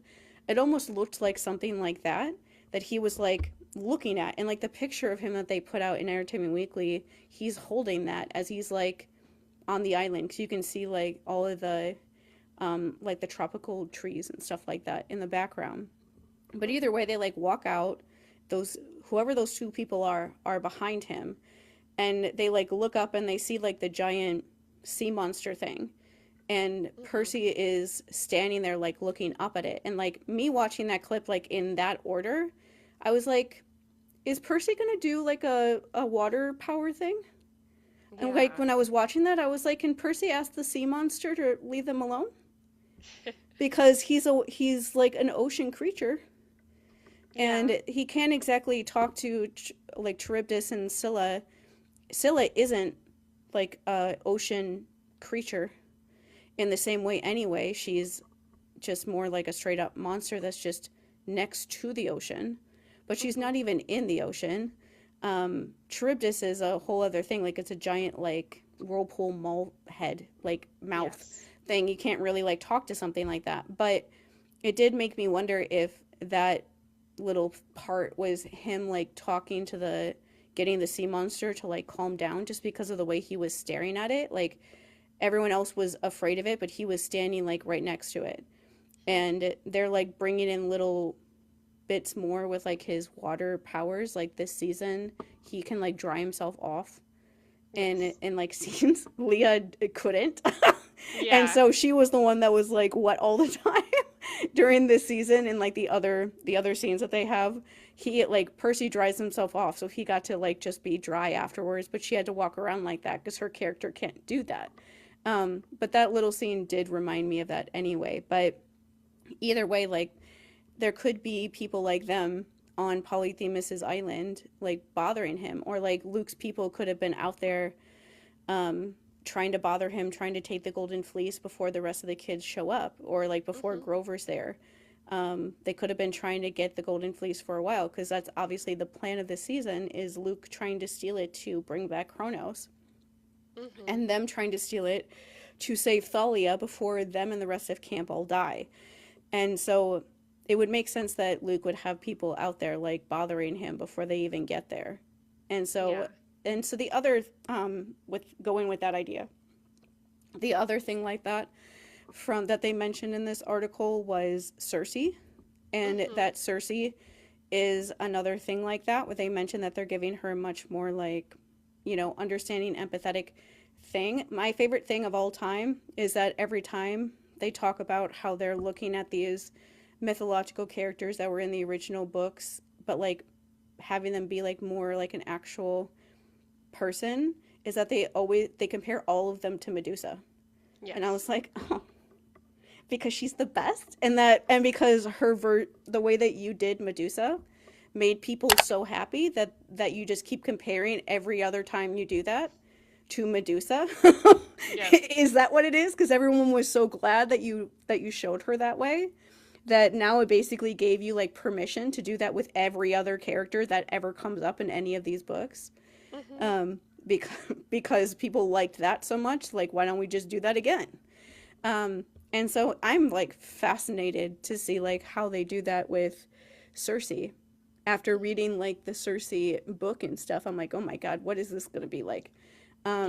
Because the Circe book is like mean to Circe. Yeah. And like, I don't even know what's going on in that book yet. And we're almost done with it. But either way, like, just the idea, what Circe was supposed to be is like, Circe is somebody who was like obviously hurt by men at a certain point, because every man that shows up, she just automatically turns them into a hamster in this version instead of into a pig. Because she's so sure that they're going to hurt her. Yes. And so there's a lot of stuff that they could do with that, of like showing like why she feels like that, what happened to her that made her feel like that. The idea of like her having all like women at her spa that like feel like safe there because there's no men there. And them being people that like need like a place away from all of that so they don't have to think about it, and just the general idea of feeling like you're getting back at horrible men by turning them into cute little hamsters. And so either way, that should be really interesting. I'm just excited to see how they depict all of that stuff with those characters. And it's one of the things that I kind of love about what we were saying about like Luke, that it's not that this show can't do multifaceted, like, complex characters. He is a multifaceted, complex character. He just is a multifaceted, complex villain. Yes. And so, like, I like showing almost the juxtaposition of that with characters like Circe and Polythemus in this season, and, like, in Titan's Curse. My precious Zoe. And like, Artemis. And things like that. Like, I don't know why, like, the like Greek retelling things we've been reading, at least by Madeline Miller, have like made me realize how it seems like in the myths that whenever something bad happened and they didn't know why, they just would blame Artemis. They would just be like, oh yeah, this like young girl died, Artemis did it. And it's like, why would she do that? And so she is somebody that like deserves that kind of thing too. When I was listening to some other Percy Jackson podcast, I can't remember which one, but they brought up the idea that some people think that Artemis did that stuff so that she could like have these young girls die before they get like hurt by men later on, and so she kills them when they're young. But I was like, that feels weird. That feels like giving excuses for men just being like, Artemis is a crazy bitch, so she's the one that did it, because that's more what that feels like. Yeah, I feel like the vibe is supposed to be almost like similar to Apollo, where it's like yeah, there's some medicine in his like domain, but also there is he's the one who sends plagues. And so I feel like that's what they tried to do with some of Artemis's mythology is like she can protect girls, but she can also be the person to take them away. Mm-hmm. And yeah, it's a weird concept. And especially to us as modern people, it's like, but you're a protector of girls, though. Like why isn't that the utmost priority? I don't know. It's hard to Yeah, explain. I don't know. But either way, I'm so glad that this show does this. I'm really glad that Rick Riordan is just like on a path to piss off every classics person that exists because they should. Yes and no. Like I do think that it's not all of the classicists. We just run into the really, really loud ones online, Yeah, right? the really pedantic ones that like don't Yes. understand nuance as a concept. It just doesn't exist in their world. And like I'm autistic. Yes. Like I can understand that. We can be very like black and white thinking and like not see and just take things at face value and stuff. That's like one of the traits of autism. Hmm. But I can understand that, and so you can too if you really think about it. But Yes. they do not. And either way, I enjoy him doing this stuff, and it's just really funny that the season isn't even out yet, and we're like, well, we were right about them like having all the different fighters with Clarice and having them be from different times, and we were Hmm. right about Polythemus and an anti-indigenous like sort of narrative thing. And what was the other thing we were right about? I can't Well, remember right now. we could get into Courtney Vance because one of the other things Oh we yeah, predicted was flashbacks. We knew that they were probably going to place a lot of importance on flashbacks just because Tamara, like, why else would you cast um a, a Talia like that quickly? That like unless you're going to show her, right? yeah. Mm-hmm. And so, part of the reason why they already put Courtney in the role of Lance Reddick because it'd be very easy. He doesn't appear in the books, right? Mm-hmm. So, they put him in the role because they think that they like showing him actually, like helping Thalia. I need to get used to saying it like that because they're gonna say it in the show. Thalia, like turn into a tree, that's going to be a big moment. So, Courtney Vance in the article that came out today, everybody on set seems to really like him, and that's like the good thing about it is that he came on, basically said a speech about Lance Reddick that like everybody immediately was like, okay, we like this guy, we really like him. Yeah. Lance's wife approved, Tamara, who she says she's been like a daughter, and so has Lance's wife said she was like a daughter because of their previous role in Resident Evil. Mm-hmm. That like everybody is just so happy with this. And it's easy enough to explain, like lore wise, with Percy Jackson, and I mean, even with mythology, that the gods can change form. So, Mm-hmm. Yeah, they Zeus said could look like whatever he wants. yeah, like the article was really nice because I was like, I feel like lucky that the show that we like so much is one that has like a crisis when one of the actors die because Hmm. they're like, how do we replace somebody like him? Yeah. And so the idea that like Rick Riordan said that he like talked a lot with his wife when they were trying to figure out how to like replace him, and I was just like the idea that he would do that he would like talk to his wife and like get her okay first, and that they Hmm. would tell her about who they were going to cast as Thalia to almost like get her okay first is just like wow. Okay, it's nice to hear people in Hollywood that actually have a soul and like Yes. care about this kind of stuff. And it is one of those things on this show that like when something like this happens, the gods do change form, and that's part of even just in Greek mythology, they change form. And so they Hmm. said in this article that like they don't have to, they're not going to like explain it or anything. It's just going to be like that is now Zeus, and they don't. And one of the nice things about that is that they don't have to do that because in other shows I've watched where they like suddenly change like who's playing a character, it's like they almost like make jokes sometimes about like, oh, your hair looks different or Yes. something. And like they do have that also in this season with Chris Rodriguez, but I'm pretty sure they're going to do the same thing where everyone's just going to be like, yeah, that's Chris Rodriguez. What do you mean that he looks different? He doesn't look different to me. what do you mean that somebody else used to play him? I don't accept this. And they're just gonna like keep going with it as if that never happened. But this article was very nice to hear all like the producers, all of the executive producers that were interviewed, like Craig Silverstein had like a bunch of quotes in this, said that they were absolutely terrified to recast him, and they were like, they wanted to put it off until Titan's Curse just purely because they were scared about having to do that, and they like didn't know how, and they were intimidated by the idea of replacing somebody like Lance Reddick that is such a good actor. Like, how do you replace somebody like that?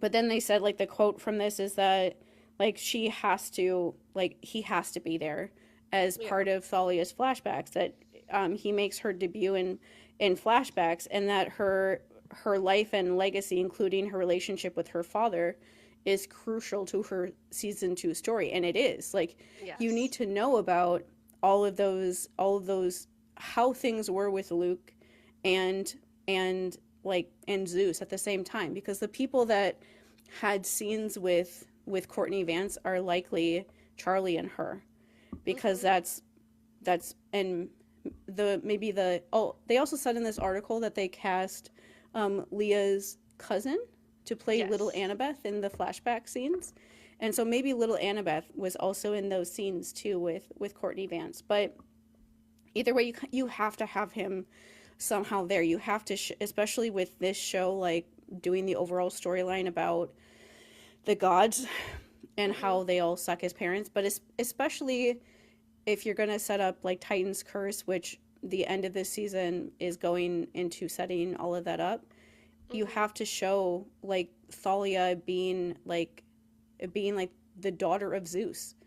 That being the daughter of Zeus means that everyone expects you to be, you're like always the leader by default, and she like copes with that by like taking that position on, and to a point that's like not good in Titan's Curse. But there is a thing with that going on with her, that like everyone just kind of assumes that she knows best because she's Zeus's daughter.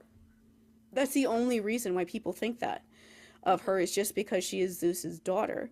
And so you have to kind of show that dynamic before that season happens, to kind of show like why Thalia does the things that she does in that season with Percy particularly, to help you understand like where those like ideas and things are coming from, and also like why during the course of that entire season every god that they run into talks to her nicely with respect in the way that they don't do to quite literally anyone else. And that she somehow gets that, and it's just because of who her dad is. And so you have to kind of show that, especially because whatever happens with her and how they show it is one of those things that's definitely going to show like a foreshadowing with what happened with Luke and things like that too. And so it's kind of like a double whammy. Like, you need to show how she felt about her dad and his role in like what happened at the end, and what he did when he, tried to turn her into like a protector of the camp and things like that, that in a weird, inadvertent way, like did give like a roundabout path of her coming back. And like, if he would have done, anything else with her, she probably wouldn't have been able to like come back like this. But you still have to like show that, not only for her, but also because of what happens with like the way that she dies and how that affects him, and like the domino effect that all of that stuff becomes. And so it's really exciting to see them talk about how much they love Courtney Vance. And I will say, like, when I read the part where they talked about how he did like a whole speech before they started, and that like made everybody like won everybody over, and that like everybody was like there watching him when he was acting. Like, Walker was there, he had no scenes with him, he was just there because he wanted to see him performing as Zeus again. And I'm sure like all the other actors were there too, watching, because they just wanted to see him. And it's just I was thinking of like, I hope some of that stuff ends up on their behind the scenes stuff again, because they did mention vaguely like behind the scenes stuff. And so I hope that means that we get another documentary thing, because I love those documentary things. But either way, it was just nice to read them. Like, the other thing we haven't talked about is the Chariot Race. that they Yes. all talked about how much they love the Chariot Race. Leah has talked about that a lot. She's like, you guys don't even understand. Like, that's like the words that she would say in like the other interviews I've Hmm. watched of her. Like, you guys don't even understand. Just like wait and you'll see. Like, you'll see how good it is. And that's the kind of thing they Yeah. said. But one thing I thought was funny is that last summer when we read Sea of Monsters, we talked about like, how are they going to film that scene? Yeah. Because that's like actively kind of dangerous to be like filming like chariot race things where they're like they have like little like things on the bottom that they kind of like push the like chariot race things through. Hmm. And but still I remember we talked about it for like 20 minutes, like trying to imagine Yeah. how they would film that without like putting the kids in danger and hurting them. And there was a bunch of quotes from Craig Silverstein, I think it was one of them, where he was talking about how they would like they like couldn't sleep at night before they filmed the chariot race scene because they were so afraid that that someone was going to get hurt.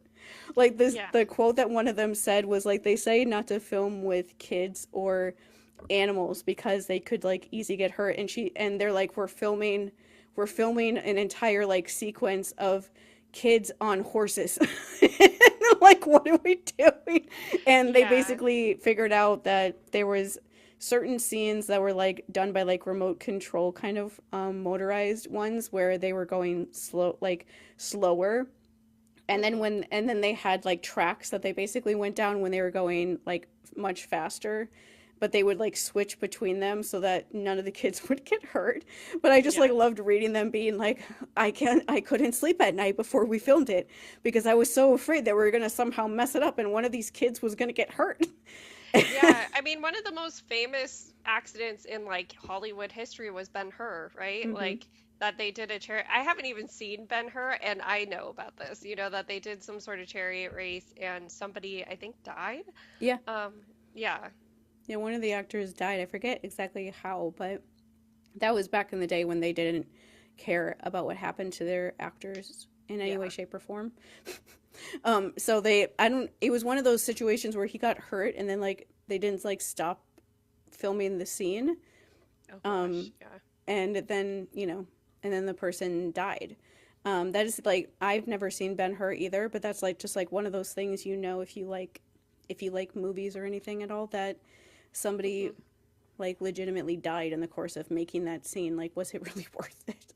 Like Yeah, it, Ben-Hur was like the first movie ever like that like filmed scenes like that before, but still, that was definitely one of those things that probably didn't come out that happened in that way for like probably like 30 or 40 years after it yeah. was filmed because Hollywood could keep everything secret back then, in a way that could never be possible now.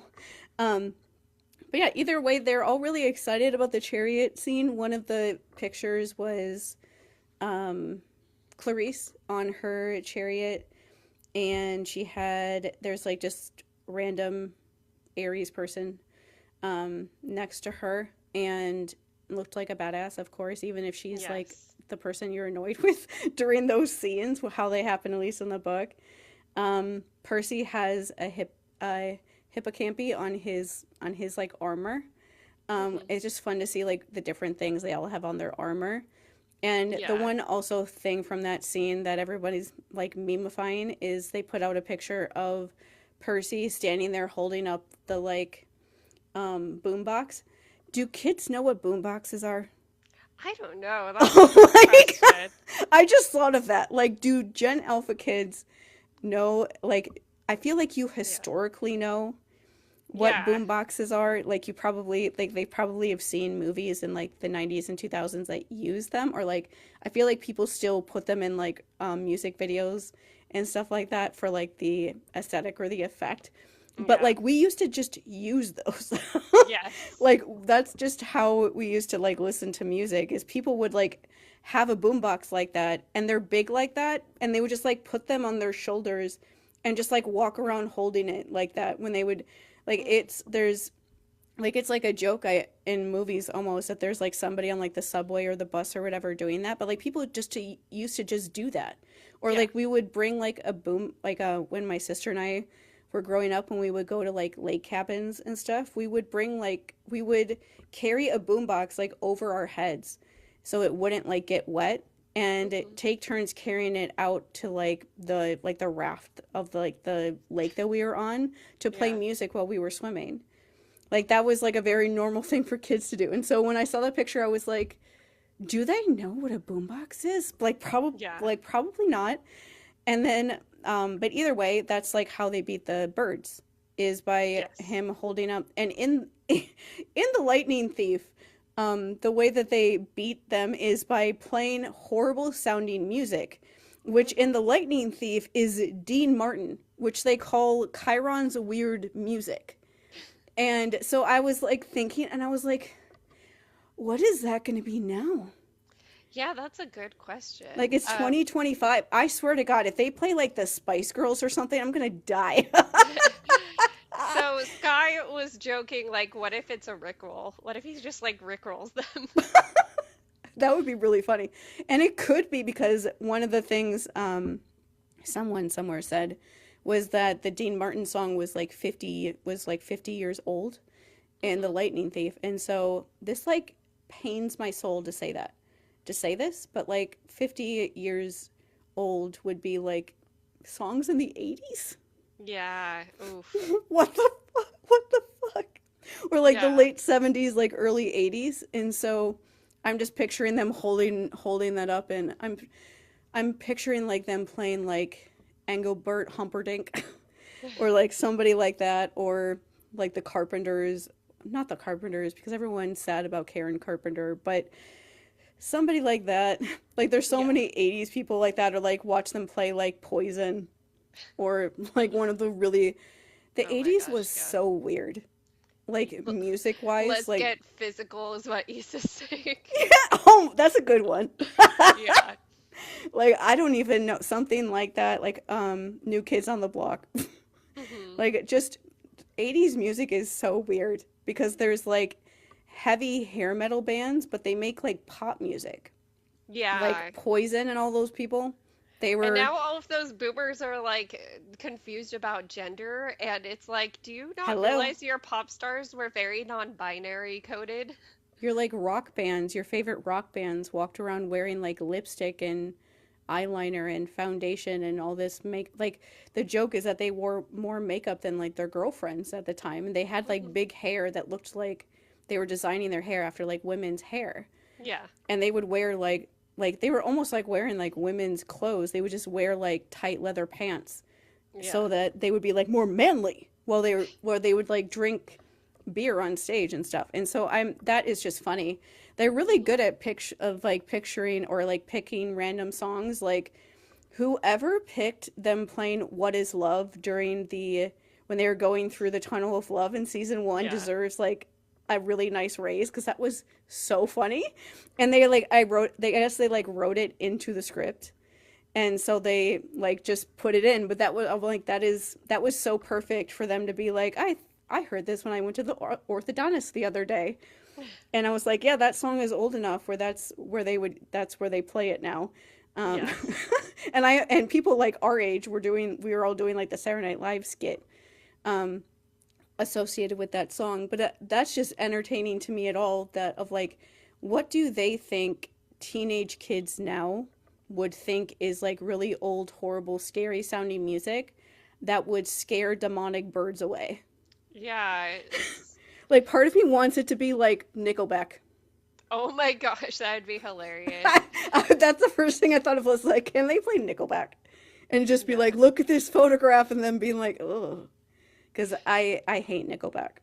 Yeah. Nickelback is like the millennial version of Benson Boone. If Yeah. anyone needs like a reference to understand why we hate Nickelback so much, it's literally the same phenomenon. This band is not that good. All of their songs sound exactly the same.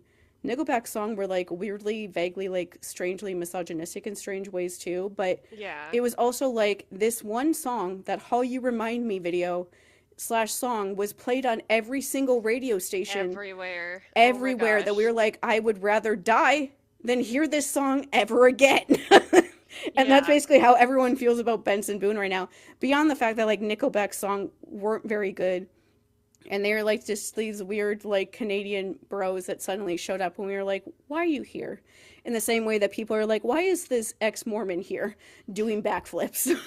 And it's the same phenomenon. And so that's probably too new when it comes to music, but I'm just curious.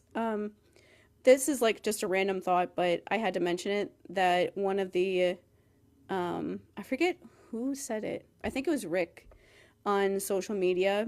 He was talking about how they were in a meeting, a notes meeting, which is where the studio is like watching some of the episodes they've done for the new season and giving them notes on certain things they have questions about or things they want to add or whatever. And they mentioned that they were watching the finale, and they said they asked them if they could add in a song. I think it was Becky that actually said it, because I think it was when she was talking about how Rick wanted to name every chapter of the book after a song. Yes. And I was like, said like a fan fiction writer, because he's writing mythology fan fiction. Fan fiction writers always name things off of songs, but he couldn't do it because of like copyright stuff, that they would have to pay some royalties to all those different artists, and so it just wasn't possible. But she was saying that in one of their notes meetings for the finale, that the network brought up them adding in a song during like a certain scene. And I was like, if it is not Thunderstruck by AC/DC, I will fall over dead. Like, you have to add that. Like, the other day I saw a video where somebody was like, when are we going to have Thalia Grace like edits to Thunderstruck? And I was like, 5 minutes after the 8th episode airs. Pretty much. Like, literally, we're like waiting. Like, I've been using that song in like all the videos that I make about Sea of Monsters, because I just think of Thalia. And I'm like, yeah, when can we have it already? Can we just? I think the things about all the things that we got in these pictures and all this stuff, I was like laughing about. There's a lot of information in this article. It's a lot longer than I thought it would be, but even beyond that, we still have not seen Thalia or Tyson. Yeah, and so there's true. still like so many things for them to show us. Like, that's why I'm like, I wonder what they're going to show us tomorrow, because it could be they could show us that stuff.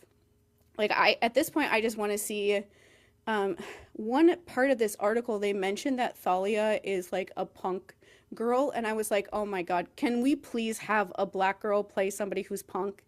Like, yes. That would be an actual punk, like not like the Sea of Monsters movie. Oh my gosh, yeah.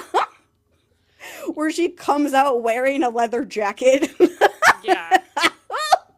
Like actual punk, not like whatever that was.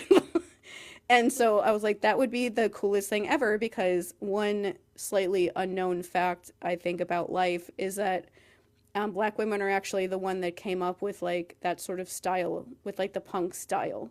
Mm-hmm. And of course, like literally everything else that black people do, white people co-opt it, and people just like erase them and act like we are the ones that came up with it when we actually stole it from them.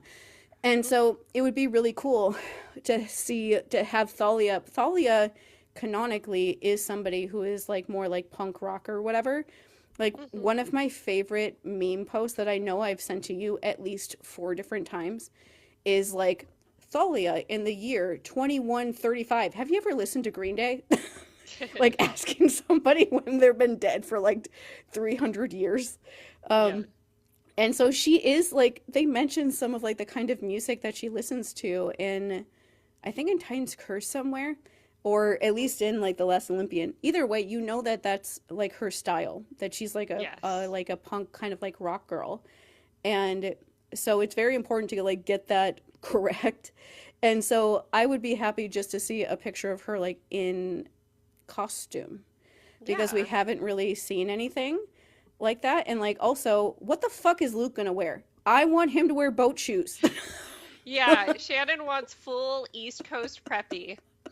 And like, I will say that like it's because in Sea of Monsters, when they first run into Luke and they're like terrified, Luke is wearing boat shoes in that scene. Like, Percy comments on what he's wearing, and Luke asks them, what do you think of my clothes? Don't they look cool? And they're like, what?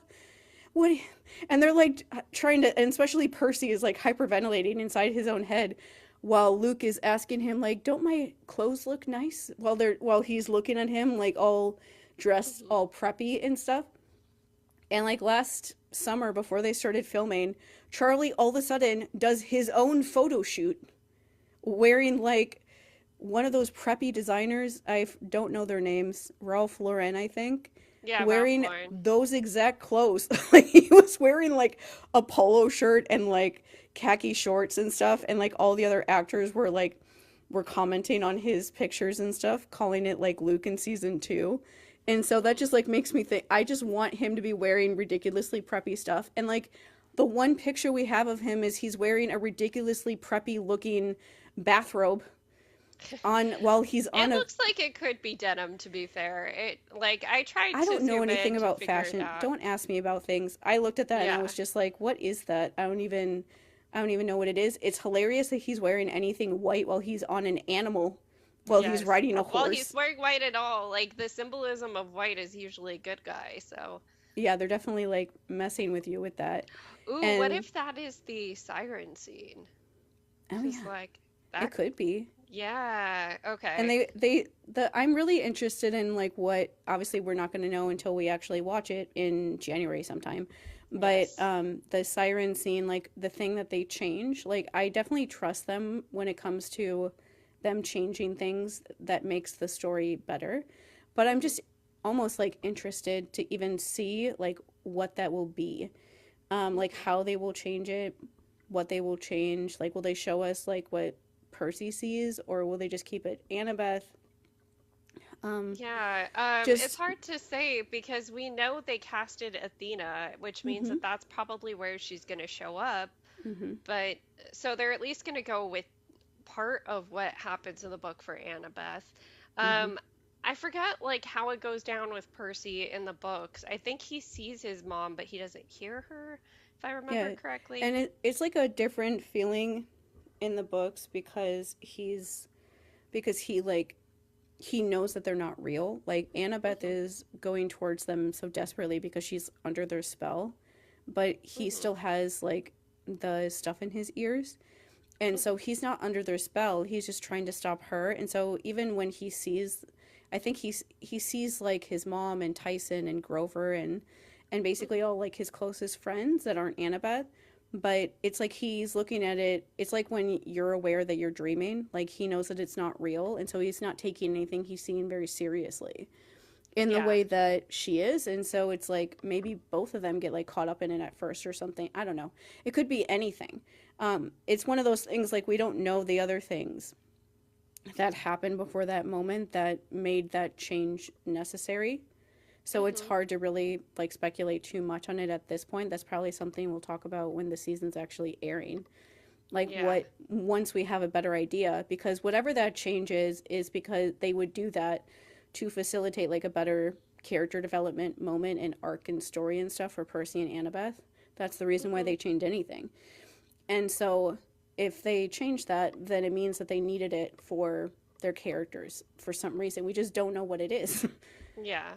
It's hard to know what it would be. Oh, and one thing with Circe's Island is that one of the interviews that Annabeth, that Leah did recently is she mentioned like there's gonna be like a nice thing will happen on Circe's Island, and she basically like looked right at the camera and she was like, "Don't worry about that. It's like gonna happen." Hmm. And so that's about like her her makeover scene. Yeah.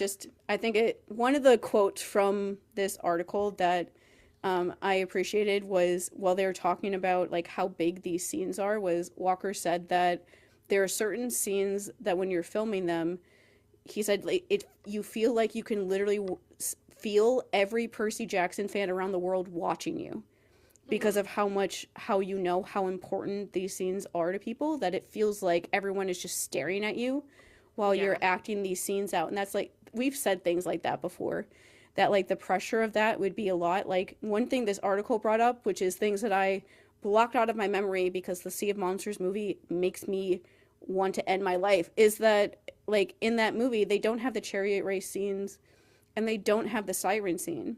Yep. And so this is actually going to be the first time that the siren scene is adapted in like with people actually like acting it out where we can watch it, because for Yeah. some unknown reason that movie was like making a roller coaster is more important. I really liked about Sea of Monsters was how it shows how much they're affected by that, because yeah, they're kids and this is the first time someone they've known really well seemingly just like blew up in front of their face. Hmm. And that is hard, especially for anyone to deal with, much less a couple traumatized kids.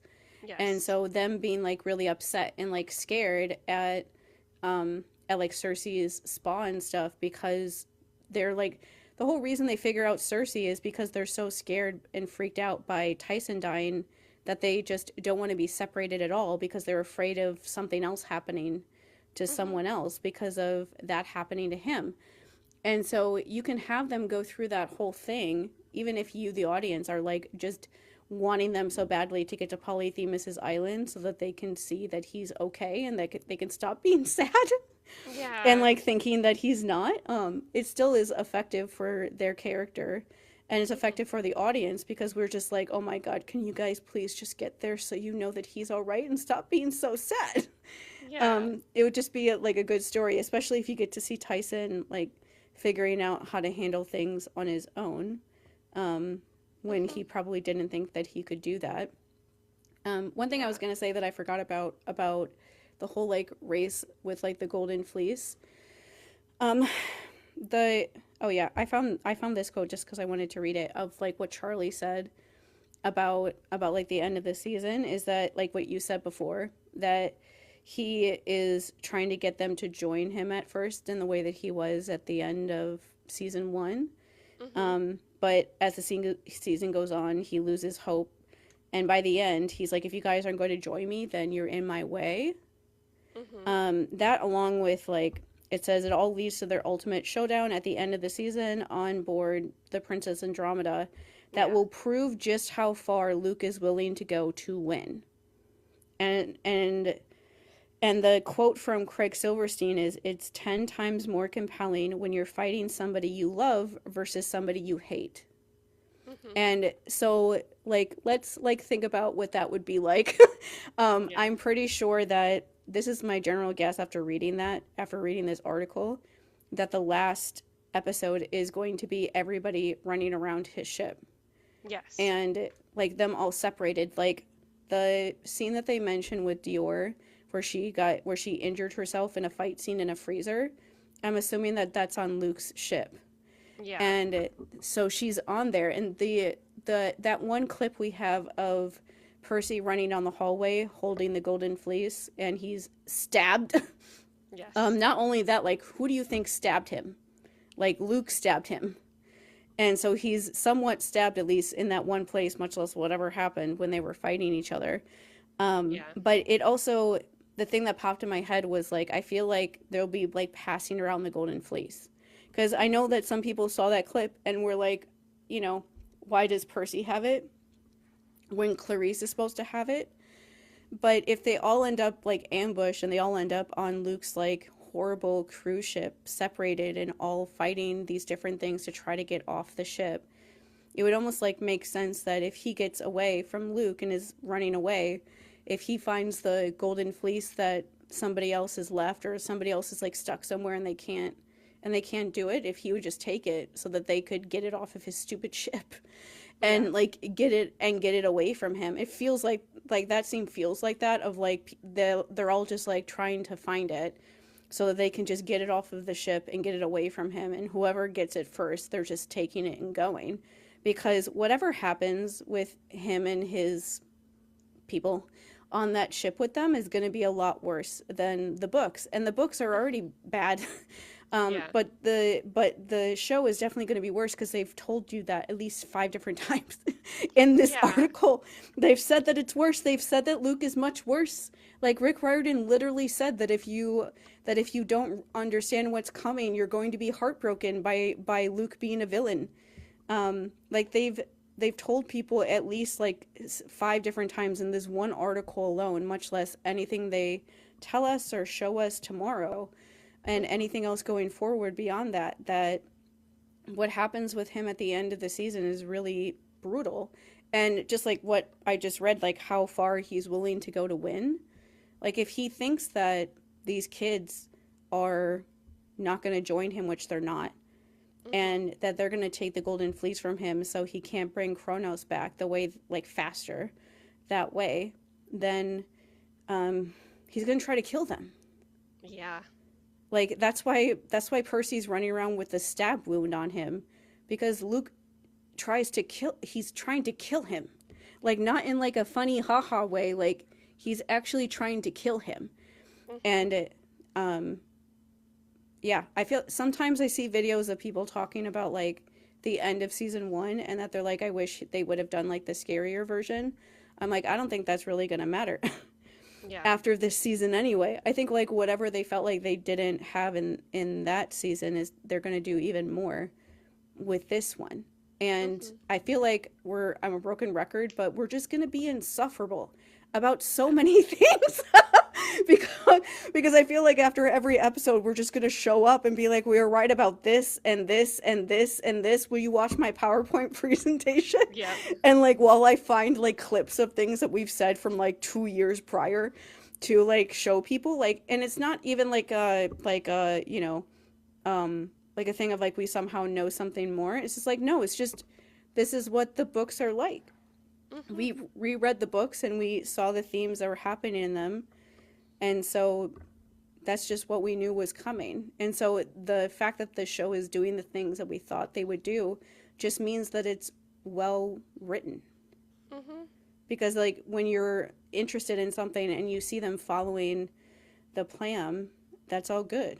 I don't know, because part of me, just because of people, like, leaking stuff and being like, you're not feeding us enough as a fandom, part of me wants them to kind of just promote Sea of Monsters while they're on this Comic-Con kind of journey, and then maybe wait until October then, in that case, to start talking about season 3. Because you guys don't get to jump ahead when you're posting spoilers, okay? Yeah, and, well, one of the things from that spoiler situation that is, like, frustrating to me is this interesting phenomenon has been happening on Becky Riordan's threads, where I'll, like, go on threads when I'm bored at work, and I'll see somebody ask her a question, and I'll be like, okay, that's weird. The question that you're asking, why is this weirdly specific? This is strange. And then I'll go back a couple hours later and the person will have deleted their post. And, like, her response will still be there, but their post will be gone. And so people don't know what they're asking. And I'm like, there are people, just like a general PSA, if you're one of those people that is obviously in a Discord somewhere that is sharing information that you shouldn't be sharing, stop asking Becky about it if you don't want people to find out who you are. Because, like, stop it. And so they're, like, talking about things that they're asking her about things they shouldn't know about. And the fact that they delete their post after she answers shows that they know they're not supposed to be asking her about it. And they're also just, there's, like, rumors about things that there shouldn't be. Like, Sophia told me there's a rumor about them starting season 2 earlier in December to avoid, like, people obsessing over Stranger Things ending because the Stranger Things is, the end of Stranger Things is coming out at the end of December, when our season would usually start. And so, like, why are you talking about that? Like, where is that coming from? The same people that leaked the other stuff.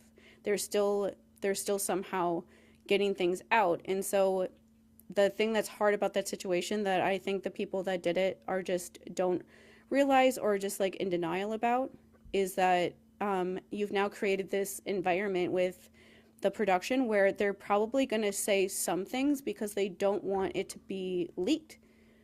And so it's one of those things of, like, they would likely tell us anyway, like, when they usually post something when the new season starts filming, just to, like, say that, you know, they're officially in production, they're officially filming the new season. So they likely would tell us when, like, you know, Titan's Curse starts filming in August, something like that. But that's all they would say, is that, you know, filming has officially started. That's all we really need to know.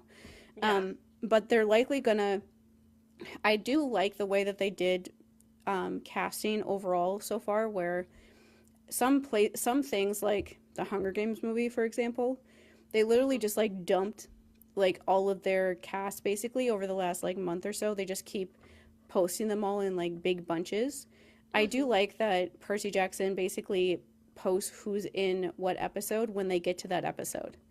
That's Yeah. how they did it in season 1, and that's how they did it with season 2 as well. Like last summer, they announced who like the Grey sisters were and Tyson because they were filming the first episode, and that's where those people are in there. And so it is like a smart idea to announce the people that are cast when they're filming the episode because there's a chance that people could see them filming, that people might see them like going to set or whatever.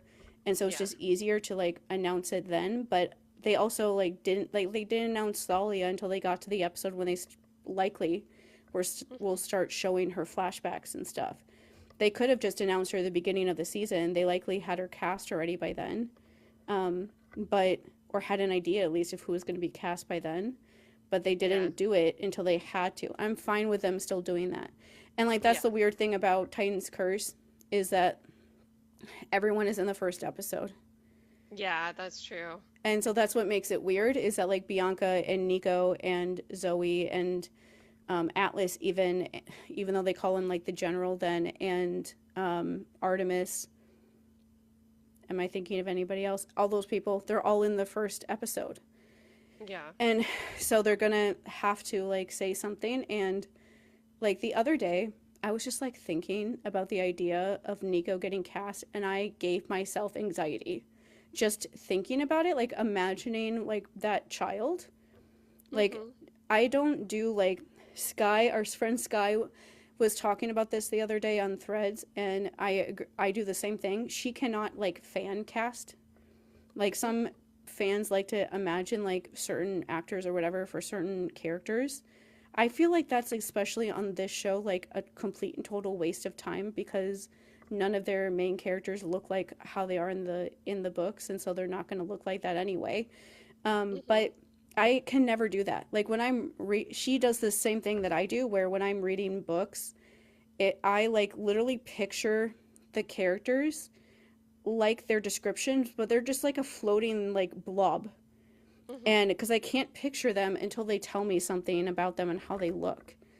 And so like remember when I read the first Harry Potter book a million years ago, I pictured the cast from the movie after I saw the first movie. But like before I saw the first movie, I didn't even know how to pronounce Hermione. I would just like skip over it in my head because I was so unsure how to pronounce it. And I just pictured these like vague like blobs that had like brown hair or like red hair because I just can't do that. I don't know if that's like an autistic thing or what, since we both do that. We're both autistic, but like I can't do that anyway. And so when I think of Nico, I literally just picture like a child. Yeah. And I don't know like what that child will like. I don't even have any idea of like, I don't have like any, like some people go in like with ideas of what they want them to look like. I don't have anything. I just want to know who the precious child is and then get ready. Do you know that the Stranger Thing kids have been doing Stranger Things since 2016? Millie Bobby Brown is married now, people. She has, doesn't she have a baby? I don't remember. She's I probably- don't follow her enough. She might be pregnant. Who knows? She's because she probably got too married old within for the Drake last- now. Yeah. She's definitely too old for Drake. Like the fact that it's 2025 Oh my and god. that, and that season is going to be ending this year when like Walker and Leah were 7 when Stranger Things started is just I don't know how could they watch Stranger Things when they started filming Percy Jackson? Like I'm not even sure. People watch that stuff way too early. I keep telling you the story. There was a kid with Stranger Things merch when I remember he was that. in 4th grade. 4th grade, 8 years old. I remember that. And just I remember you posting about that and me asking you at the time like what is Stranger Things like? Cuz all I thought it was scary because people adults, I would see adults talking about how like the monster thing scared them in the first season and how they really liked the show, but I was like I didn't think that was exactly something meant for children. Exactly. Yeah, the monsters take over people's bodies, like feed off of people. It's a lot, and it's happening with kids. Like one of the the whole thing revolves around Will, like that one character Hmm. getting fully taken over by it and his friends trying to save him. Another character in it, like you see a scene of her in the Upside Down, which is like their monster world, where there's like shit crawling out of her mouth and stuff. Like, I hate stuff yeah, like that. and that's part of why I'm like, okay, this isn't for William. Like William's 12, and yeah, he's not going to see it for years. He knows of it. He knows that people like it for D&D references, and that is Hmm. part of why D&D got like popular again. Hmm. But that's about it. That's all he needs to know at this point. Yeah, he can watch it when he's in like high school or whatever if he wants to. But that Yep. doesn't really seem like his sort of thing anyway. It's not. It's really not. No, I He's didn't high think so. fantasy kind of guy. Yeah, he wouldn't like something like, I don't know. It would just be I. That's how I am though. I don't like things like the reason why I never got into Star Trek is because I don't. I think it's boring to have something like based on Earth if it's supposed to be like science fiction or fantasy or whatever. I'm like, Yeah. why would I want to watch an entire thing about humans from Earth? I would rather do Star Wars that's in a completely different like galaxy that's completely different from ours. If I'm gonna do like science fiction like that, I would rather do something like that. Yeah, Um, I would recommend it on an episode by episode basis, yeah. honestly. Next Generation is mine. Like, there's this one character called Q, who's this being that can Oh yeah. basically do anything. He's the best. The episodes with him are definitely the ones where you're like, yes, like give Oh me more wait. of this. One more thing about Percy stuff that before I forget about it was Yeah. the thing that Charlie said where he somehow hurt himself putting on a tight jacket. Yeah, it can't be the one you keep saying looks like a bathrobe because that one doesn't look tight, Yeah, but I who was like, is knows? that the thing that you wear when you're in the sarcophagus? Maybe. Because that's like what I immediately thought of was, is that like whatever he's wearing in that like dream sequence? And then if they show him Hmm. actually in it, like at the end of the season, which they probably will, just to like really make it obvious that he's the villain to Yeah. end the season with him in there. Um, One thing with like the end of the season, like what we were talking about with them all on the ship, it like kind Hmm. of scares me imagining all of those kids on that ship and like trying to get off because I'm afraid that he's going to try to trap one of them in there so that so he can make them do it so Oof. that he Yeah. doesn't have to. And Yeah. they wouldn't know that. Like they wouldn't, but us as like the audience would know that's what he's trying to do. They wouldn't have any idea. Like Percy in Sea of Monsters sees like the sarcophagus Hmm. and he's like freaked out by it. And then Luke tells him, like, "Oh yeah, that's what I'm using to bring Kronos back." And he's like, "What the?" And then Annabeth yells at him for a while, but and he has like the dream with Thalia in it towards the end of the season, but they don't understand what's going on with that until the fourth book when they literally see him come back to life. But they don't really, and it's still at the end of that book, they don't really know how he's doing that or like what or how that's even possible.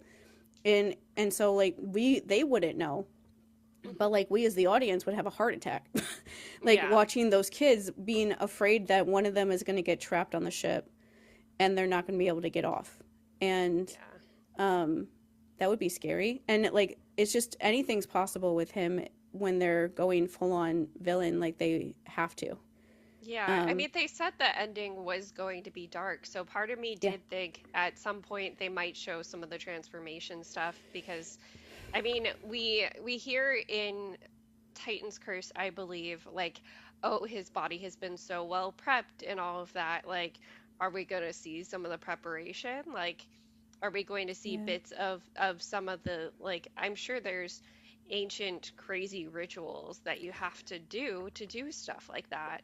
honestly you could figure, so they explain that in The Last Olympian, and like we have to read the Luke story in the Demigod Diaries and the short stories that are in the Demigod Files because those are all the short stories in there are, one of them has Persephone in it. Hmm.